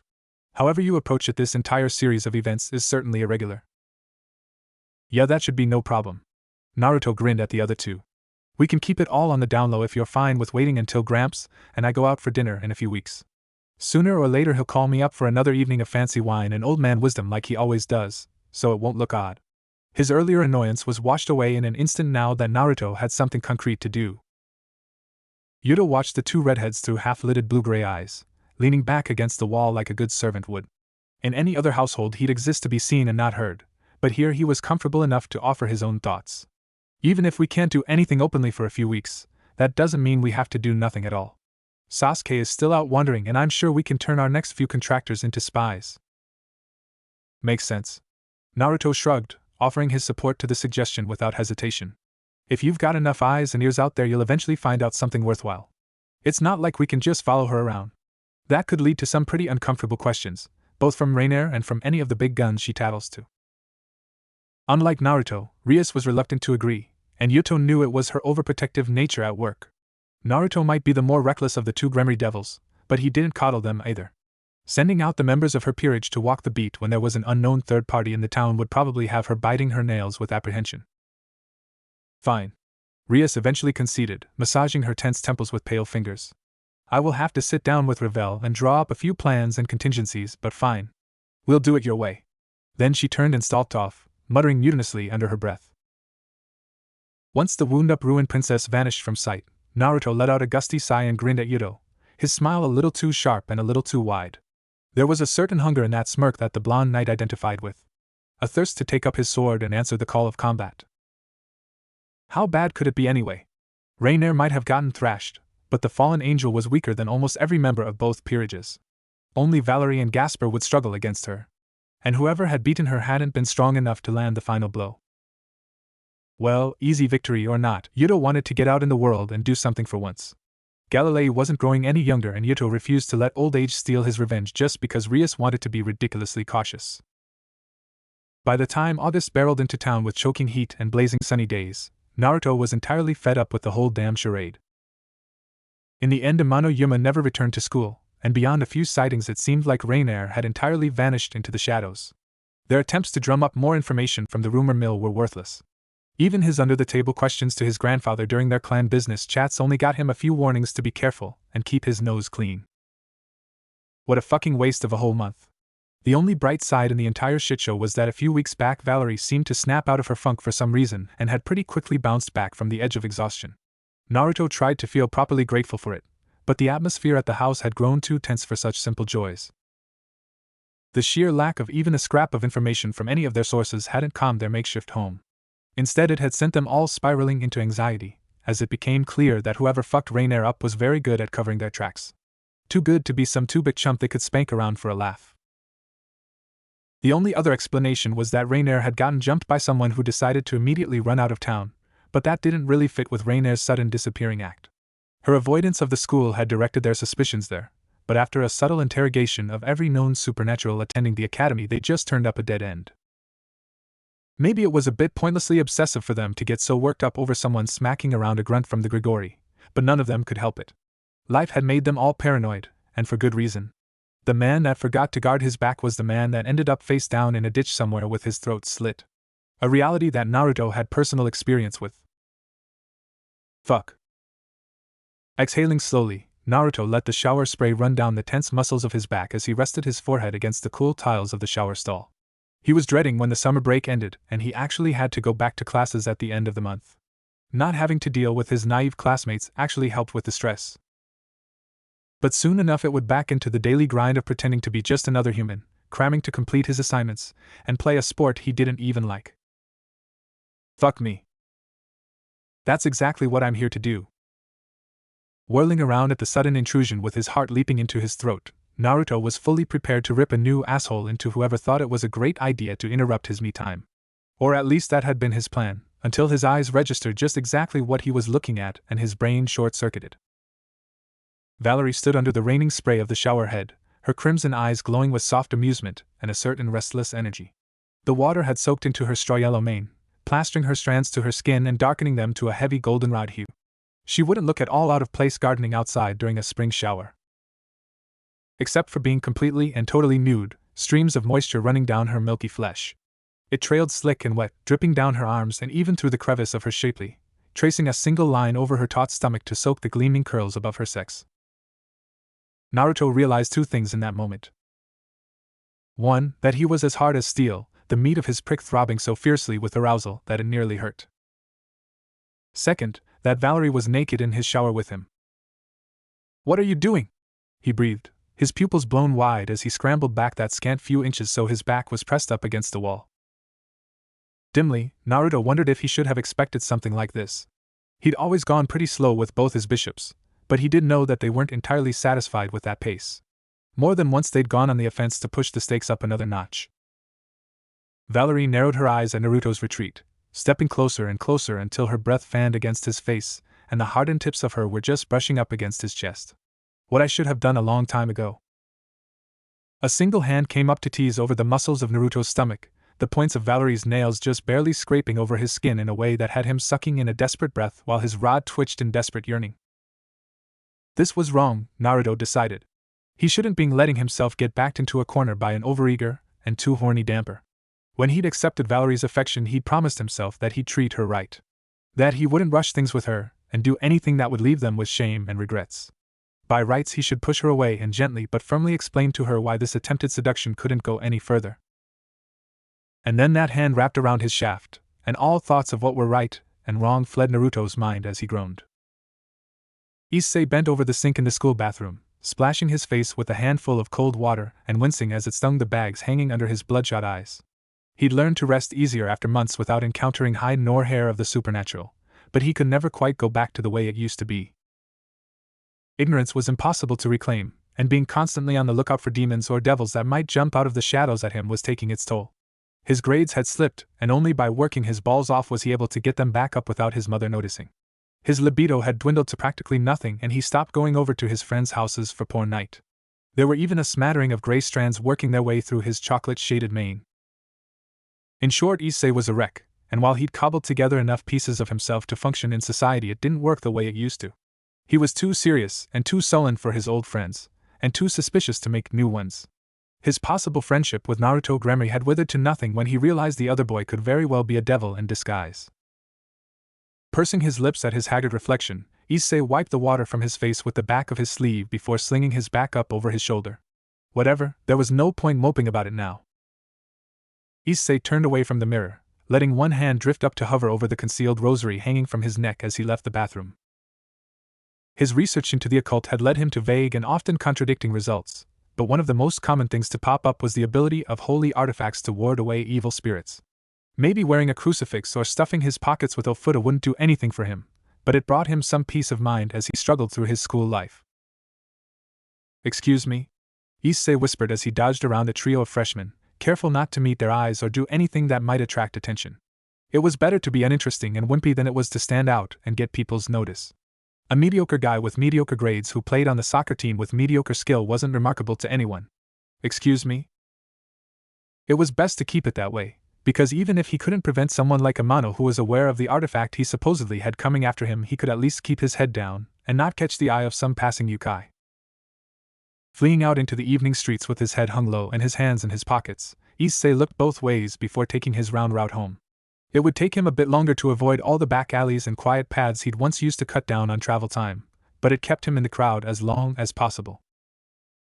If his mother knew how much fear ruled him, she'd break down in tears. That knowledge was bitter on the back of his tongue, but it didn't convince him to change his habits. Better to be alive and live in fear than to live fearlessly and be dead by the end of the week. That was just the way his life had to be, and for that Issei hated them. He hated Amano Yuma and her cruel smile. He hated all the ghosts and all the demons that went bump in the night feeding on humans for their survival. Issei even, in those darkest moments, hated all the gods that had left humans to be the prey of monsters. He hated and hated and hated until he could barely see straight. Excuse me?" Issei frowned, peering through the seething crowd of human bodies for the source of that loud cry. Again and again it rang out, sounding more dejected each time until he broke through a pair of particularly ornery salarymen to lay eyes on a young foreign girl. Glittering emerald orbs surveyed the stomping parade of strangers that moved on by, lit up with a combination of hope and sadness. "Excuse me?" she called again, half reaching for a tired-looking housewife that shrugged her off without a word. Long golden tresses cascaded out beneath a thin white headwrap, layering over verdant robes that tickled Issei's mind with a faint sense of recognition. A nun, he settled on after reviewing the scattered bits of knowledge he'd scrounged up on the internet. She was a Catholic nun, and a pretty young one at that. Damning the guilt that surged up in his when he thought about just leaving her to figure things out on her own, Issei coughed into his fist and stepped forward. "Hello?" he greeted, smiling weakly when those wide electric green eyes settled on him. "I couldn't help but overhear that you were having some trouble." For a long moment the foreign blonde just stared. Maybe she was that shocked by the idea that someone would just decide to offer their assistance after spending gods knew how long pleading with strangers she met on the street for help. Then a brilliant and innocent smile curved her little pink mouth, transforming the nun from an odd little girl to a beautiful young woman. Her radiance even cut to Issei's heart, despite his efforts to ignore all things female in the last few months. Would you be willing to lend me a moment of your time?" It took Issei a moment to puzzle through her stilted words, the girl's odd accent throwing him off and making it very clear he was dealing with someone that probably hadn't ever even visited Japan before. But eventually he gave a sharp nod, his grin becoming more real as he stepped closer. His instinct warned him to be wary, but there was just something so pure and gentle about her that he couldn't help but let his guard down a bit. "Sure, that's what I'm here for, sister." Clapping her hands with glee, the girl bowed bashfully in a clumsy attempt to ape Japan's customs. I was trying to get to this address, but I don't know where exactly to go." She handed Issei a thick placard that had numbers and a street number marked out with the bold black ink of a permanent marker. Issei studied the address for a moment, scratching his head in thought as he scanned back through his memory of Kuo and the streets he'd once roamed. "If I had to say, I'd guess this is the address for one of those apartment complexes down towards the docks." He motioned off behind her. "You'll want to head down that road right to the end, and then take a left. You'll probably have to ask for directions again, but you'll be pretty close at that point." Gazing off in the direction he'd indicated with a look of concentration on her bubbly face, the nun hummed in thought before smiling innocently at him again. "Thank you very much, sir." She bowed again, making Issei wince and wave her off. "Oh, come on, none of that. You're making me feel like an old man," he moaned, making sure to smirk teasingly at her so she knew he was joking. Issei had the feeling if he didn't she'd take him seriously and get even more worked up. "It was nothing, really. I was glad to help." Issei winked at her, feeling his heart lighten for the first time in weeks just for doing a simple good deed for a stranger. Then he turned away, intent on making his way back home before it got too dark. After 3 steps, he was pulled to a stop by a steel grip on the sleeve of his uniform jacket. The blonde murmured, looking down at the pavement with a high flush on her cheekbones as she bit her lip. Her visible shyness contrasted with the unyielding force of her hand that made Issei stop and listen to her again. Before you go, could I have your name? I'd like to pray for you and your kindness. Issei studied the trembling hand that was wrapped up in his jacket and the eager but nervous shine in the nun's eyes as she met his gaze. Then he smiled, jabbing one thumb in his chest like all the old shounen heroes he read about when he was a kid. My name's Haida Issei. How about you?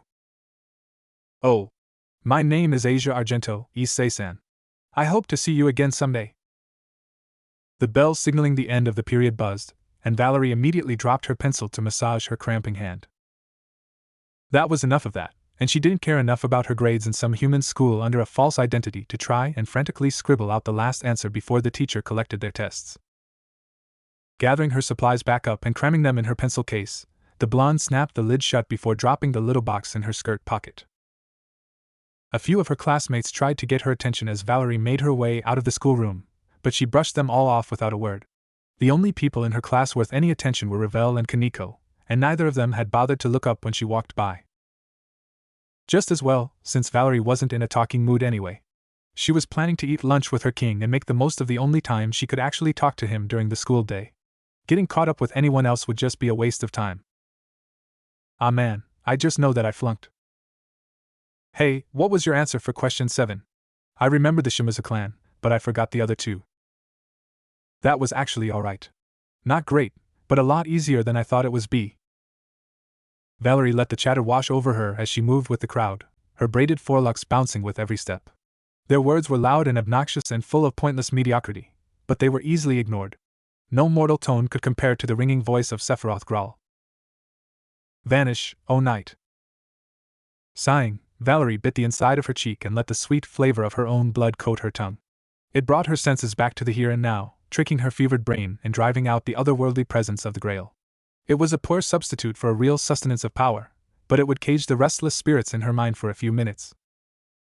Over the months she'd learned to somewhat accommodate the consequences of her sacred gear, finding a balance that let her sleep at night without waking up screaming. Valerie was nowhere near being able to master the mind-crushing parasite, but she'd become adjusted to its moods and quirks. She was sane enough to stomp down on the voices and impressions that bubbled up from the cracks in reality. Or perhaps Valerie was just barely insane enough to have gotten used to things no mortal mind was supposed to comprehend. She quickened her steps, power walking to the end of the corridor and down one floor so she could wait impatiently outside Naruto's classroom. Come on, come on. He was more sociable with the humans than they deserved, and it made him always a few minutes late getting out of class. Once he knew what she needed, he'd let her drink directly from the thrumming life in his veins, reinforcing the mental change she was slowly learning to construct around the ancient relic that was bound to her bones. Oh hey.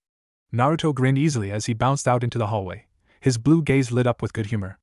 Contrary to what she'd expected after ambushing him in the shower a few days ago for stress relief, there wasn't a single line of tension in his entire body. I hope you haven't been waiting out here for too long. Humming lowly in the back of her throat, Valerie deliberately raked her eyes over the short-sleeved white button-up that didn't conceal the redhead's muscled biceps. It was only for a few seconds. Her little inspection didn't go unnoticed, and Naruto's face darkened with a flicker of concealed desire. I stashed a few lunches up in one of the old offices on the top floor. Figured we could eat on the roof. That sounds lovely. Neither of them had openly confronted the other about the development in their relationship, but they both wordlessly acknowledged the dynamic had changed. How exactly it had changed was still up in the air, but every time they were in the same room together, Valerie felt like she was in a kennel with a wild tiger. Well, if her aggression had woken up the carnivore inside of Naruto, she wasn't going to complain. The mere thought of him throwing her down in his bed and fucking the life out of her made her body throb with arousal. The real thing would be 100 times more enthralling. She just had to get there first. Rias was sitting at the kitchen table reviewing her latest history assignment when Ravel stomped in. Grumbling and growling under her breath, the blonde flounced over to the fridge.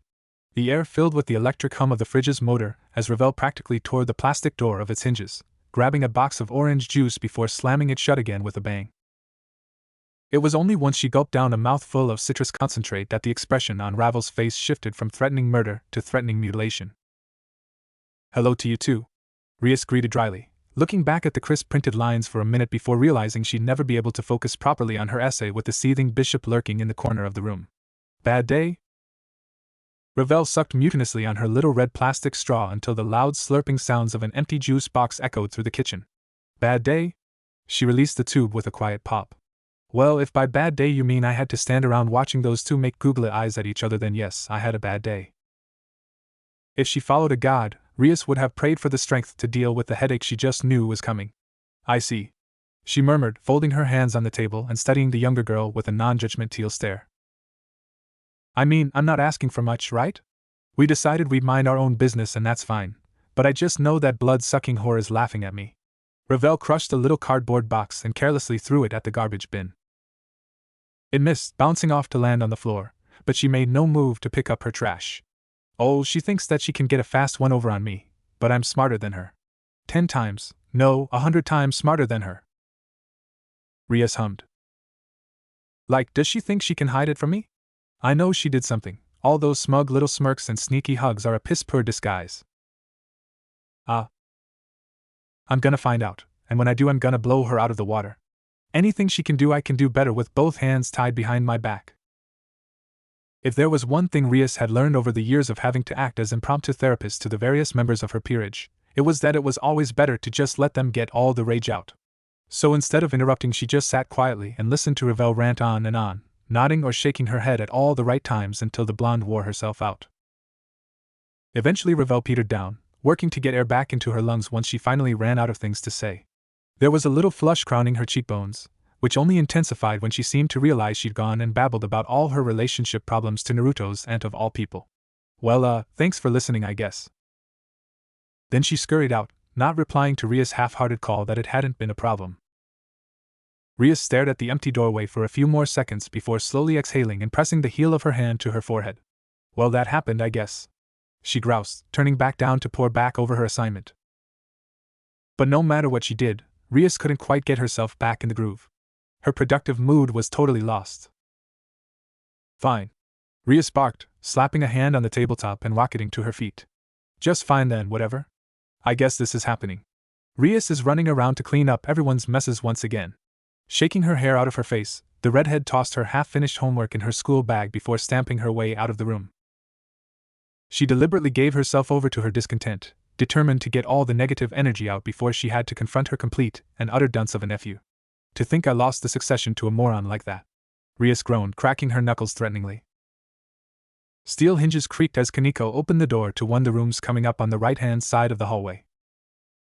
The Nikomata took one glance at Rias' discontent face before practically jumping backward, shutting the door with a small bang.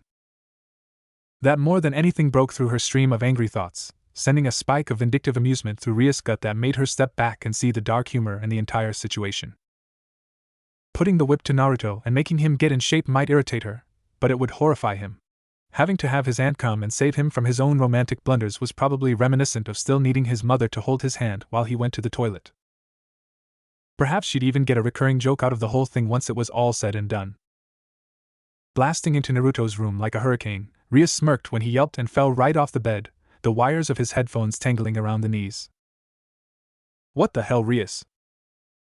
She brushed off his indignant shout, snapping her fingers at him like she was beckoning a poorly behaved dog. "All right, up you get. We're going out for coffee and you're paying for it. That's the least you can do for me after I'm pulling your feet out of the fire once again." Rolling his eyes at her, Naruto climbed back to his feet before rooting around in the nightstand for his wallet. "What is it this time?" he grumbled, slipping a few bills in his pocket before plodding after the slightly shorter devil. "On the rag again? Having another quarter-life crisis? You'd left the seat up and you fell in?" "To the first, if I was, I wouldn't tell you," Rias shot back, donning a long-sleeved green cotton blazer before they stepped out into the early September evening. "As for the second, you're hardly one to talk. And for the third, if such a thing happened I wouldn't be coming to complain to you about it. You can't even manage your own laundry. I could hardly expect you to manage my peerage." Fanning himself with a grin, Naruto reflexively scanned the street for onlookers as they strolled down to the cafe 3 blocks away. "You're pretty spicy today. I'm starting to think number 1 is definite, and number 2 is probable. Don't worry though, Auntie, I still love you." Literally neck yourself. Rias deadpanned, moving into the coffee shop and triggering a ring from the overhanging doorbell to announce their arrival. There is no hope left in this world for someone of your particular disabilities. Naruto snorted a laugh, shaking his head and stepping up to the counter to order for them while Rias was left to hunt for a table where they could see anyone entering and leaving the cafe. It only took a couple of minutes to get everything sorted before they found themselves each holding a steaming cup of coffee and sitting in the corner booth. A discreet spell muffled their conversation from any eavesdroppers, and the teasing humor slid off Naruto's face like melting ice cream. "What's going on?" he prodded, his gaze flickering between Rias and the nearly empty espresso bar and back again. "And please don't tell me that Gramps is after us again to go schmooze at a few fogey parties. I will cut my own nuts off if I have to deal with another one before the year is over." Rias glanced down skeptically, like she could see right through the table to settle a scornful glare on her target. "I didn't know you even had those to cut off at this point."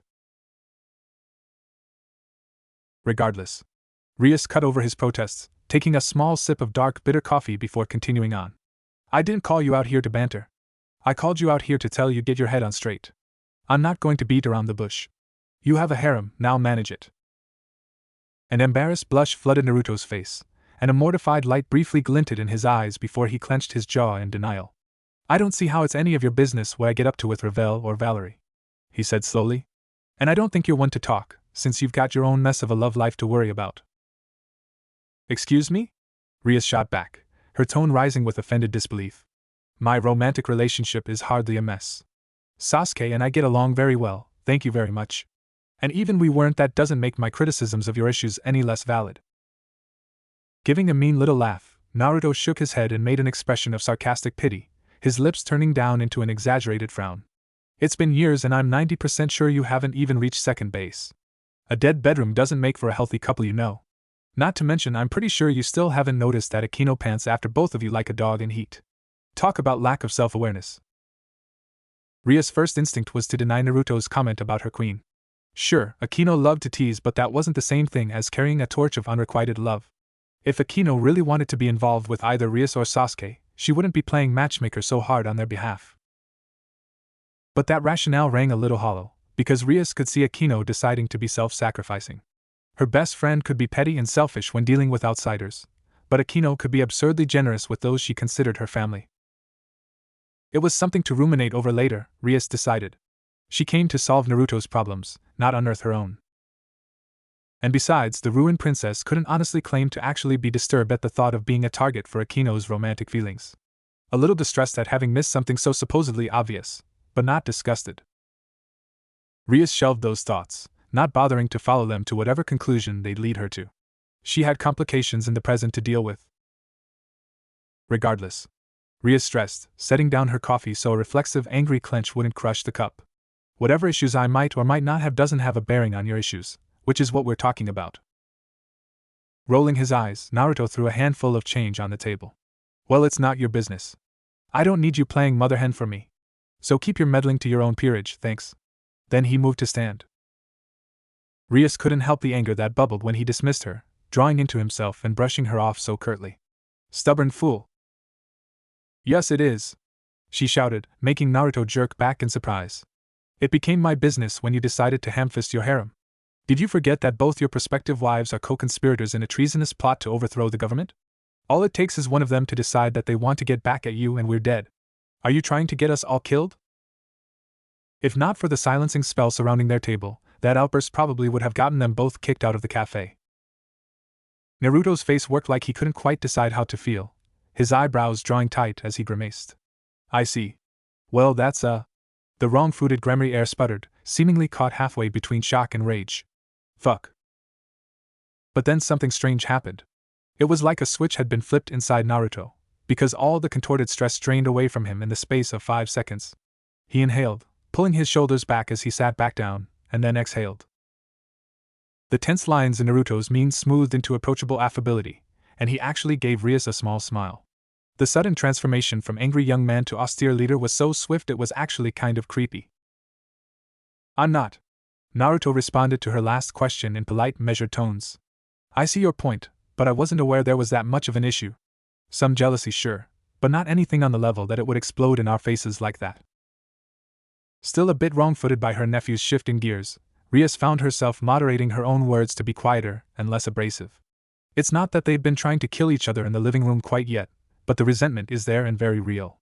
If you don't try to mediate that tension, then something is going to explode fairly spectacularly at some point down the line. I see, was the only thing he said for a long while, staring through Rias with a distant glaze that made it pretty clear he was reliving a few moments he'd probably brushed off the first time around. She gave him the time to ruminate, afraid that pushing more would have Naruto climb back up. What do you think I should do then? Pierced by the sharp spike of intent in Naruto's gaze, Rias leaned back in her seat before biting her lip in thought. I think, she began, reflecting on the stream of half-formed solutions that floated in the back of her mind, that you should acknowledge each of them separately.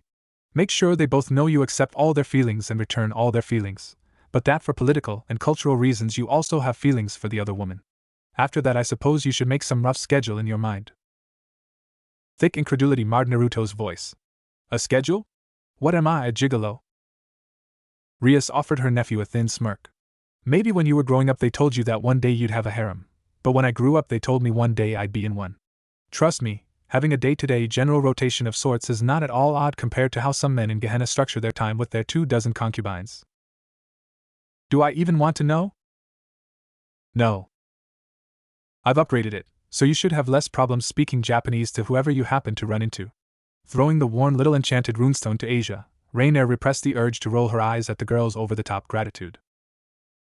From the way Asia kept bowing and scraping, Rainier would almost assume she'd given the girl enormous tits after being consigned to a life of flat-chestedness or something, which wasn't beyond her abilities to do after preparation, admittedly, but if she ever entered the business of female enhancement,